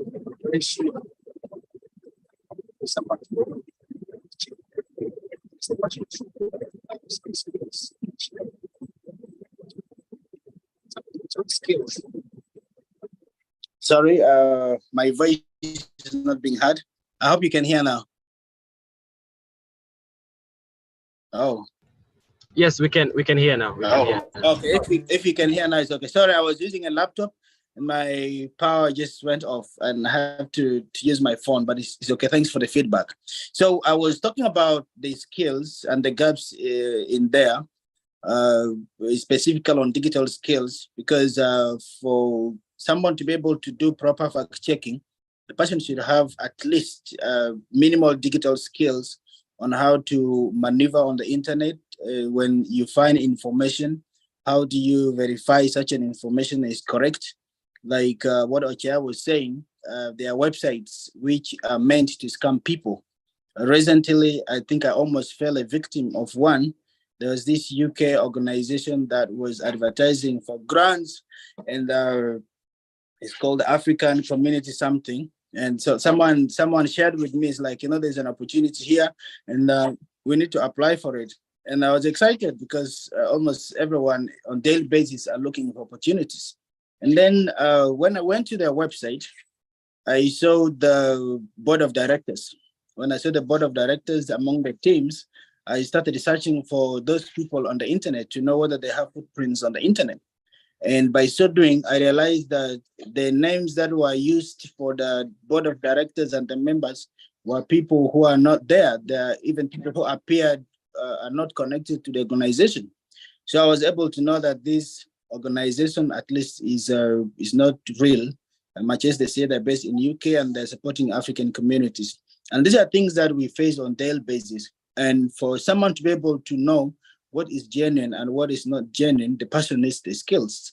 And I really want to appreciate the fact-checking team. For example, the trainings that you have been offering, those ones have been helping people, at least getting to see that people have those skills they need to be able to verify an information is true or not, whether it's on radio, whether it's on Facebook, given the engagements on the WhatsApp groups, knowing that people are able to know what is wrong and what is right. So to me, the biggest thing in terms of technology is the skills, the digital skills, because this has to do with internet, this has to do with the media itself as a whole. And there's a need to scale up this kind of trainings and skills development, not only in Juba. Somebody was saying, how can this be replicated in other parts of the country? And to me, I see that there is a need to engage with other parts of the country to see that at least if we can have in a town like Yei, maybe we have 5 people who are there and they're able to do fact checking even from the community. Like Lulu said, fact checking is not only done on the internet. Yes, this is true. Also, we need to do offline fact checking. And if we can have teams in Yei, in Yambio, in Bor, at least we have 5 people, maybe in Awil, in the different parts of the country, and then we bring them in the same pool, and these people are able to share information that is correct when they hear of anything. Because like today in South Sudan, we have a lot of communal issues. There's a lot of communal fighting, and ABC is happening. And we need people with the really, the real zeal and the real skill on how to find the information. Somebody who is not bold enough, like, as Lulu said, you cannot call the minister to get the right information, but it needs somebody who has the communication skill, somebody who has the language to find out the information on how to do the investigation. So these are some of the things that I would mention in terms of gaps. And of course, what needs to be done is that we need to we need to embrace the trainings, and we need to embark on them in the different institutions. Thank you. So this is where I want to end, Bida. Thank you. Okay. Thank you so much, Denaya, for the insights. I have responded to your question in the chat box. And Ochaya, what changes? Like, you're a fact checker, you are a fact checking fellow, you've engaged in fact checking for a couple of months. What changes would you like to see regarding fact checking in South Sudan?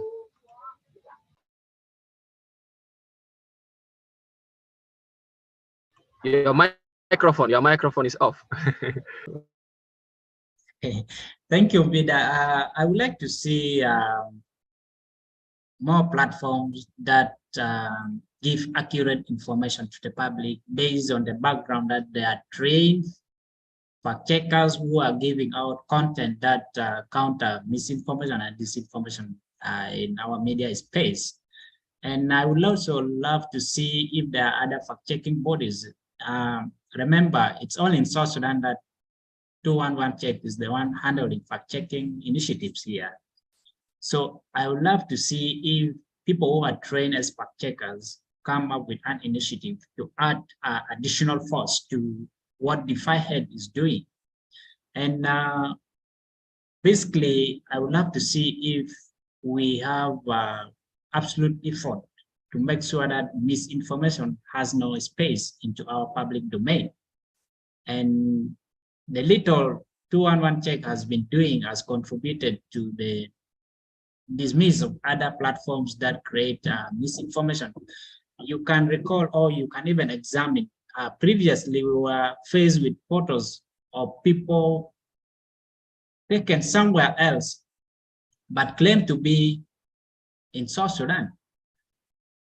When conflict was raging in the country, we have been receiving photos on social media platforms where they claim this has taken place in other states around South Sudan. But when fact-checking dig into that photos and gather evidence, find out that these photos actually were taken outside or used in a certain event outside, not in South Sudan. So this has helped a lot to make sure that such content rarely survive, because fact-checking is already taking shape. So I would love to see more effort on fact-checking, and we counter misinformation into our media space, both traditional media, social media, and other channels that present information to the public. So this is what I'm looking for there. So this is what I'm looking for there. Okay, thank you so much, Kochaya. I don't know if Lucy or Denaya wants to make extra comments in terms of what changes they would really love to see regarding fact-checking in South Sudan, or even the region, the East African region. Do you have any comments? Okay, if there are no comments from them, I think let us move on to look at what. Yes, please. Yes. Yes, you're welcome. I do have a comment in terms of changes that I would love to see. One, if yes, this is a bit probably too much to ask for, but content creators need to be regulated in one way or another, and if possible, from a self sort of motivating place. I think that they should also get basic training basic training on fact checking, how to identify fake news, especially for those who just share.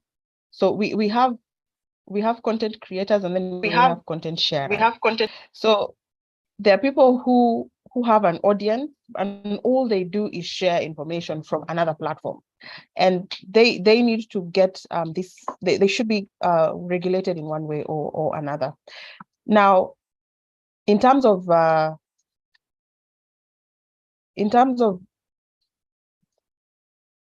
okay, and then efforts that are already in place should be supported. For example, 211 check. Efforts that are already in place should be supported. And then for media, for the regulated media that have been registered, there really should be accountability measures in place, because these are the people who are supposed to literally forefront fact checking. It should not be that a false story is coming from a registered media institution. That would be so embarrassing. And in any case, they should be held accountable, and they should be able to be asked to correct that information. They should take responsibility.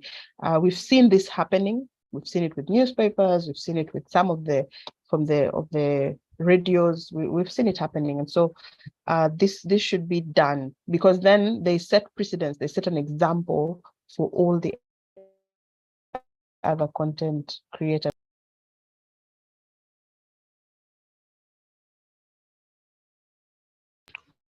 Perfect. Thank you so much. I think the point is we should just try as much as possible to be able to scale fact checking, especially across the country. We see in even big entities like the AFP, they have fact checking desk. You have entities like the USA Today, and I see some Kenyan media also developing the culture of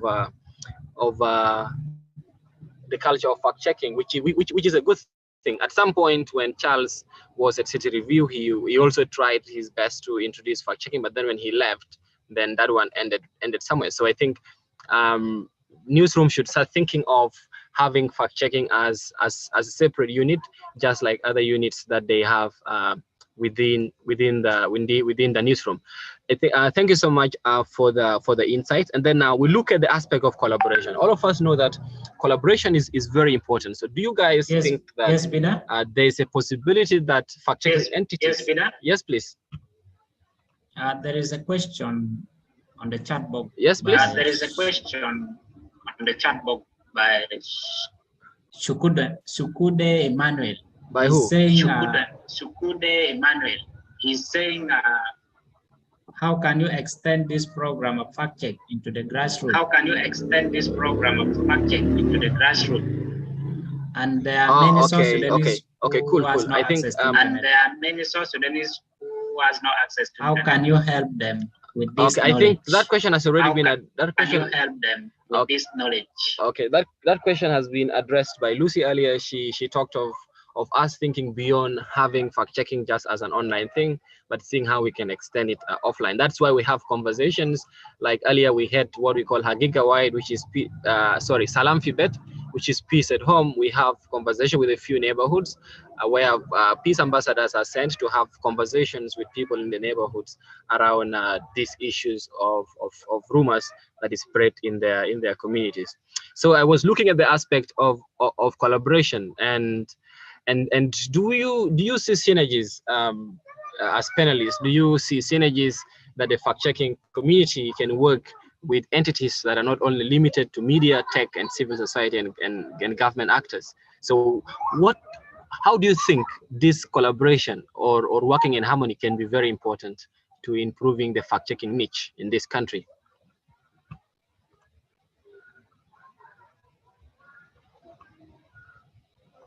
Any of you can take the question? Yeah, let me take Deny your mic. Let me take this, Peter. Okay, you're welcome. There's an echo somewhere. I don't know from where, but yeah, thank you so much. That's a very good question, and it is a test of the spirit of collaboration. For example, for different people. And one thing I want to appreciate the spirit of fact checking, like 211 check, is that everybody feels this is like home, and this is where they can contribute, and this is where they can share information. The reality remains that we cannot work alone, and even as individuals, we can do that, but still we need people. At the end of the day, if there is information that I don't get completely, I have to consult with someone who might have, the right information for me. So what I will encourage is that there is a need for collaborations between the individuals, between the different institutions.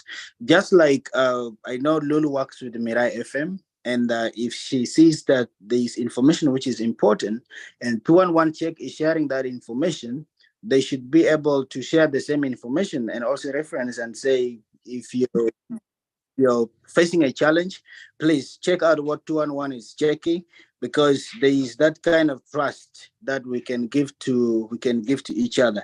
In most cases, I have seen that happening, which is a good thing. At least people being able to verify information from 2 to 3 sources, and that will help in making sure that the right information is being shared. So I'm an advocate for collaborations and teamworks. And as somebody said, it's important also to establish fact-checking tables. This is what I would say: tables in the different organizations, because now this is a global issue. This is an issue that will affect everyone. And how about we all get involved? Just like Lulu said, they make sure that they do verification. In South Sudan, I know very few investigative journalists who are trying to get into the industry and identify as people who really dig deep into issues and to investigate whatever is happening or whatever is being said. So I would say, just in general, we need to collaborate. Yes, somebody mentioned about competition. In this case, it's not about competition. I should not see that I am better than the other. Maybe Connector is better than 211. 211 is better than the other. We need to work together and see that the information we are sharing is not for our own benefit, but for the benefit of our community. Because at the end of the day, there's a victim. So if somebody falls a victim, I said before that we are all accountable. And I remember Lulu also said the same thing. Newsletters, Facebook pages must be held accountable for whatever they post that is not right. So to me, I go for being someone who loves to collaborate with people. And that's how I've been working with other people, and to make sure that we're able to do the right thing at the right time and with the wider coverage. So that's what I wanted to say. Back to you. Okay, thank you so much. Any comments? Any comments, Lucy and Chaya, on the issue? I see a hand from Lucy. Lucy, you're welcome. Okay, I don't think I will stop bringing back COVID, because I think this time of COVID sort of opened the eyes of so many of the fact-checking entities, the government, even the private sector, because some of them are the ones producing these sanitizers and all that. And so there was a group that had everyone in, and even offline fact-checking platforms were in place. There was this initiative called the Blue Bicycle. I hope I got the name right. These guys would get the information, record it on a microphone or on a speaker, and go riding a bicycle in the community so that everyone is able to hear the right information. Media entities were in there and were hosting people to come and talk about the COVID and what is true and what is false. So yes, it is very possible for fact-checking entities to work with government sectors, to work with the tech community, to work with civil society, to work with social media content creators, but also social media regulators, the owners of these platforms. It's very, very possible. Why is it important? Because these are the same people who are in situations where they are information consumers. We are all information consumers. These are the people who are the source for news. For example, government. We're always talking to them and getting news from them. And so it's very important for them to be part of the fact checking, because then they're the same people we go back to verify the news, you know? And so if they're not directly in contact with each other, then there's a problem. There's going to be a gap. And some of these people are also the same people who are creating false news. They're the same people going out there and responding with in ways that are volatile. They are also targets for misinformation and disinformation. Disinformation involves people. And so these same people are targets. Sometimes false information is shared about politicians. False information is shared about business people. False information is shared about celebrities. So they are targets, okay? So they're the same people who are also needed when it comes to sharing back the right information, make the correct information go. Again, earlier I said counter. We need to counter fake news in the same way that the fake news people, you know, spread the information. They say rumors travel very fast. We also need to make sure that the correct news travels also faster than the rumors, because here we have rumors traveling very fast, and then the correct information just goes a mile, and the rumor. So when we all collaborate, we are able to join efforts and make it even stronger. And that way, that is when actually the issue will be solved. But if we are working one by one, we are only addressing small, very, very important. And I hope there are ways this is already happening, especially with 211 check and yeah.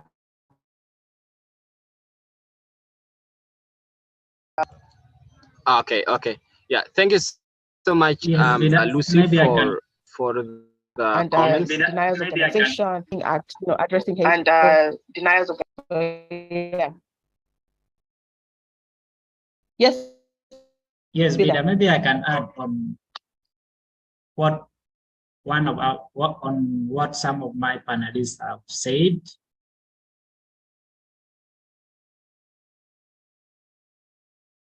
Are you getting me? Yeah. I'm getting you. Yes. We are getting you. Yeah. Actually. So yes.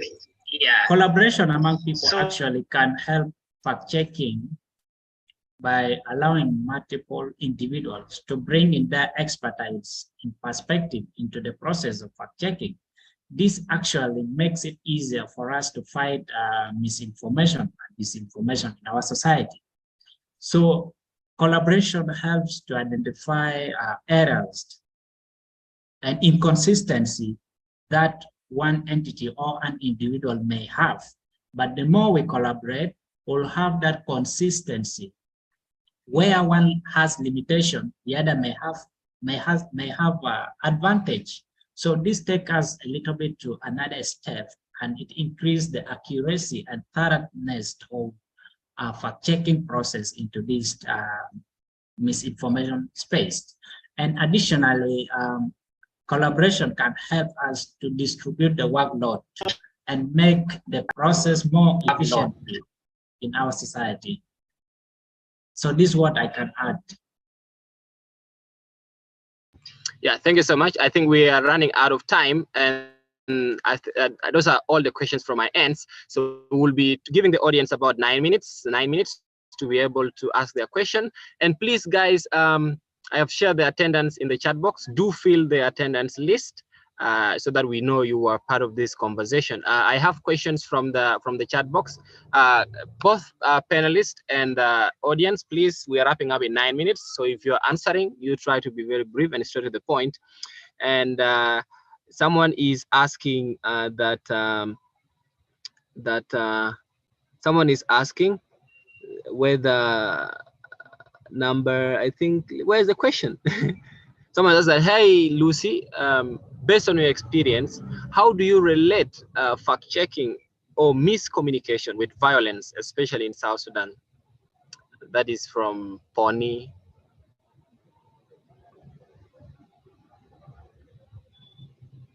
All right. Thank you for your question, Pony. And she addressed it to both myself and Denaya. So I'll be very brief so that Denaya can also say something.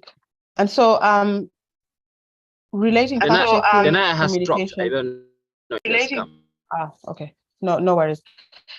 So relating fact-checking, miscommunication with violence, especially in South Sudan. Our context is from a place of how can we call it? A place where we have experienced war. Everyone says that we are all traumatized. And we all need some kind of psychological support and counseling. And what I can say is when false information is shared in a context like South Sudan, where people have come from a place of war, where the culture is still ethnically centered, tribal centered, then it is very easy to incite violence.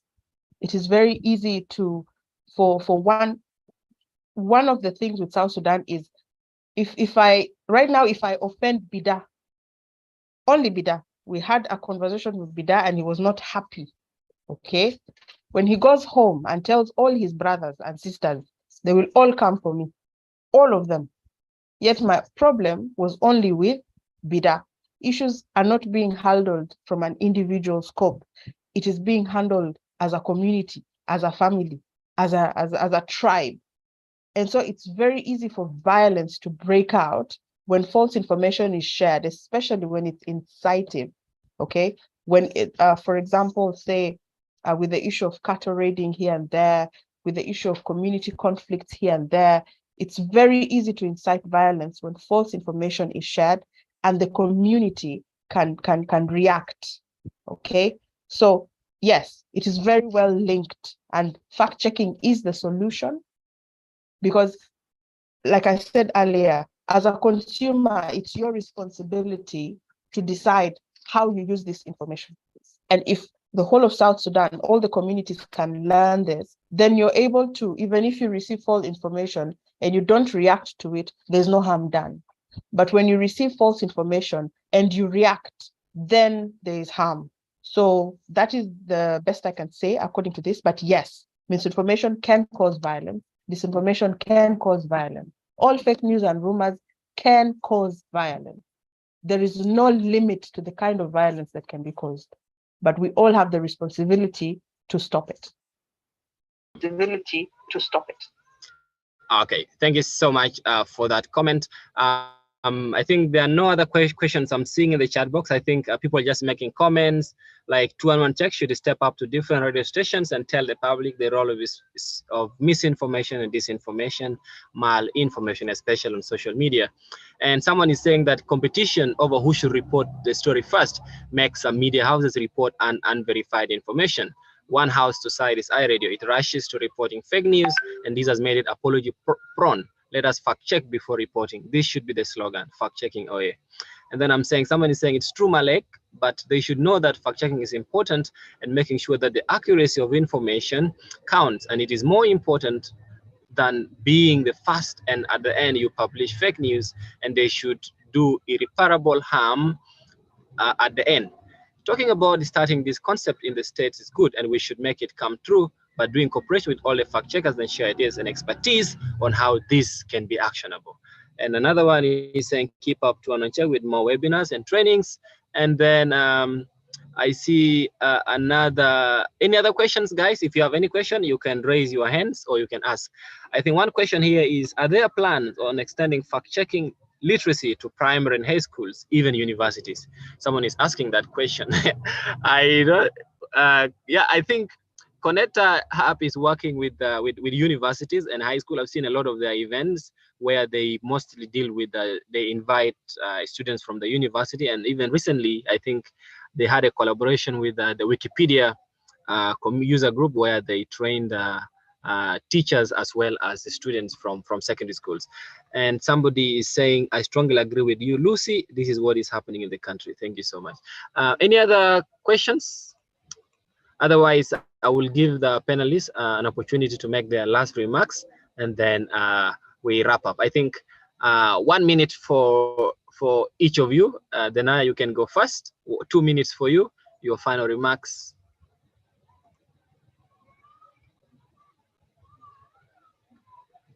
Denaya, are you there?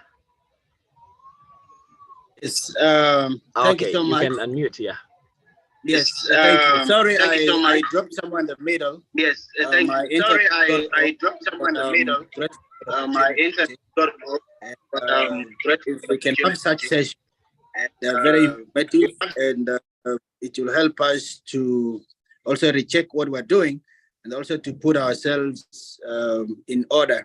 Because as I said, there's a lot that is coming, and I was telling Beda about AI, which is currently the talk, and currently South Sudan is also coming for elections. If that is going to happen, it means there is going to be a huge work for fact checkers to make sure that information is shared to people, to the community, both online, offline, on daily basis.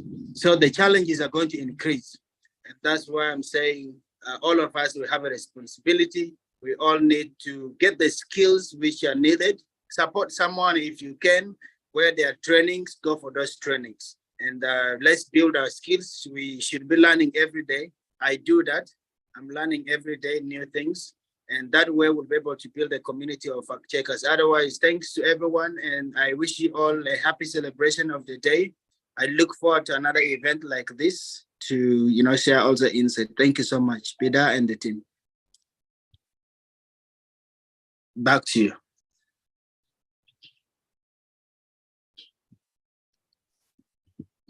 You're muted, Bida. Yeah, thank you so much. Very important takeaway. AI. I think one of the AIs that is used for generating pictures, it disabled its free trial, I think, 1 day ago, because it says that people are already misusing the AI, like creating pictures that they use probably to spread fake stuff. Yes, Lucy, your final remarks.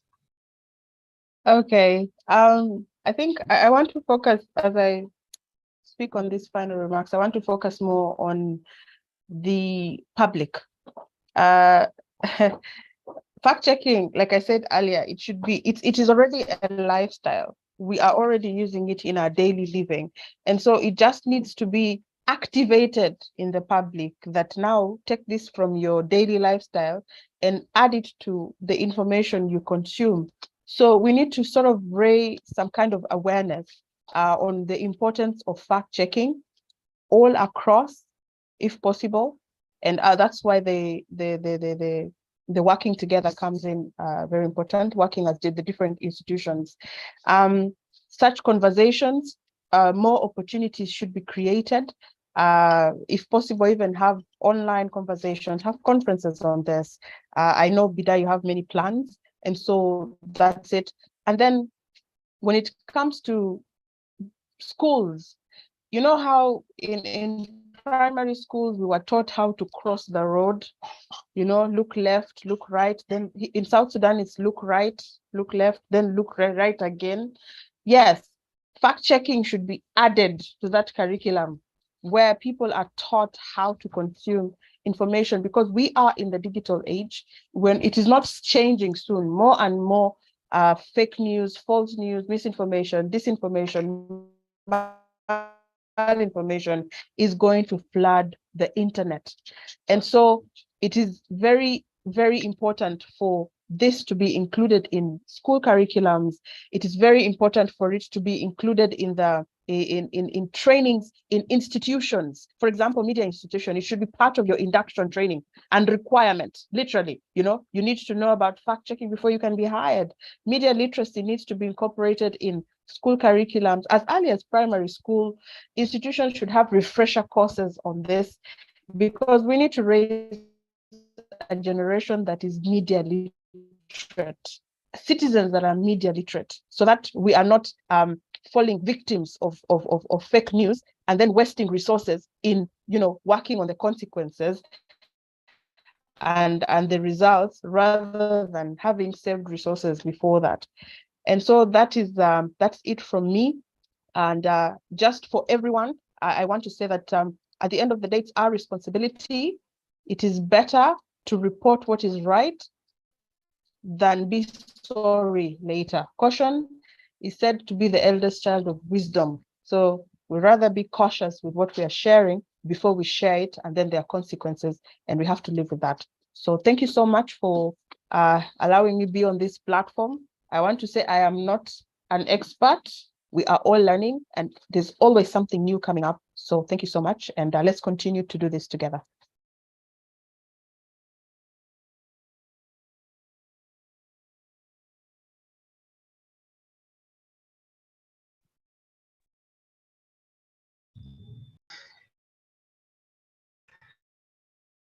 Bida seems to be off. Hey guys, I was knocked out. Seems to be off. Yeah, I was not got exhausted. So have you all finished? Yeah, maybe I can add. Finally. Finally. Okay. Yeah. So what I can say is just it's the responsibility of us as the citizen of this country to take upon ourselves to consume the right information. We should not be agents of misinformation or the creators of disinformation in our society. So let's work very hard to make sure we present information that impacts the lives of our people positively. We avoid sharing false information or creating contents that negatively put other people at disadvantage. So the little knowledge we have, we should use it for the benefit of our community. We help each other and we collaborate in making sure that we handle ourselves in a responsible way that makes our life perfect. So that's all I can say. Wherever you are, you come across misinformation content, make sure you counter that information through your comments. If it is on Facebook page, you counter through your comments. If on Twitter, you also do the same, and other platform, make sure you counter misinformation or disinformation in any platform that you may come across. Thank you very much. I appreciate you being into this webinar. So thank you very much, Bida, for giving me also this platform, and I appreciate your effort, including the Firehead and 211 check. Thank you, everyone. Let's have a nice day and stay safe always. Cool. From the audience, anyone who wants to say something? Otherwise, I would like to sincerely thank Lucy Kiden, who is a fact-checking journalist, and then Denai Dennis, the executive director at Connect Hub, as well as Ochaya Jackson, who is a fact-checking fellow, as well as a student at the University of Juba. We believe that you have shared very valuable insight and experiences with our audience, and also taking your time to discuss the importance of fact-checking in this country and answering a lot of questions that the audience was able to ask. And we believe that this has been an inspiration to a lot of us. It has already inspired me, and I believe that most of the attendees who have joined in and who have also been following on YouTube will pick some inspiration from this webinar henceforth. So we look forward to more of these fruitful discussions. Enjoy your weekend and do take very good care of yourselves. From the audience, I hope you have registered your attendance. And like I said, cheers guys. Maybe we can take a screenshot. You can turn on your cameras, and then we do a photo. You can turn on your cameras. You can take photos from your ends and share share in the group. Yeah, just turn on your cameras. Let me a bit change the view.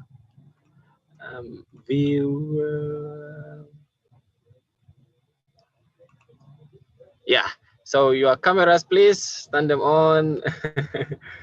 Guy, turn your camera on. I see Moses and it's okay. It's okay. It's yeah. okay without it. It's okay. It's okay without it. Okay. So take you can take from your ends also. Yeah.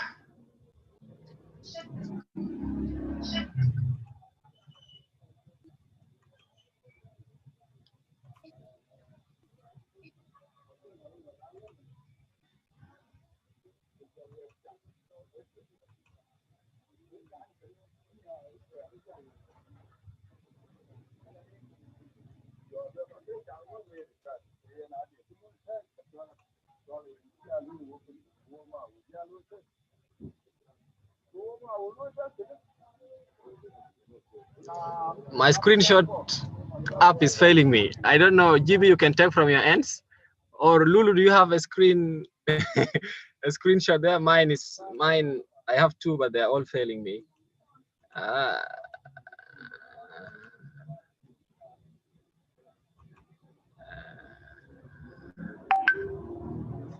Let me try.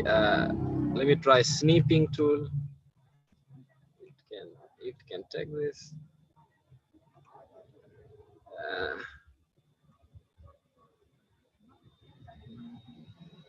Okay, nice.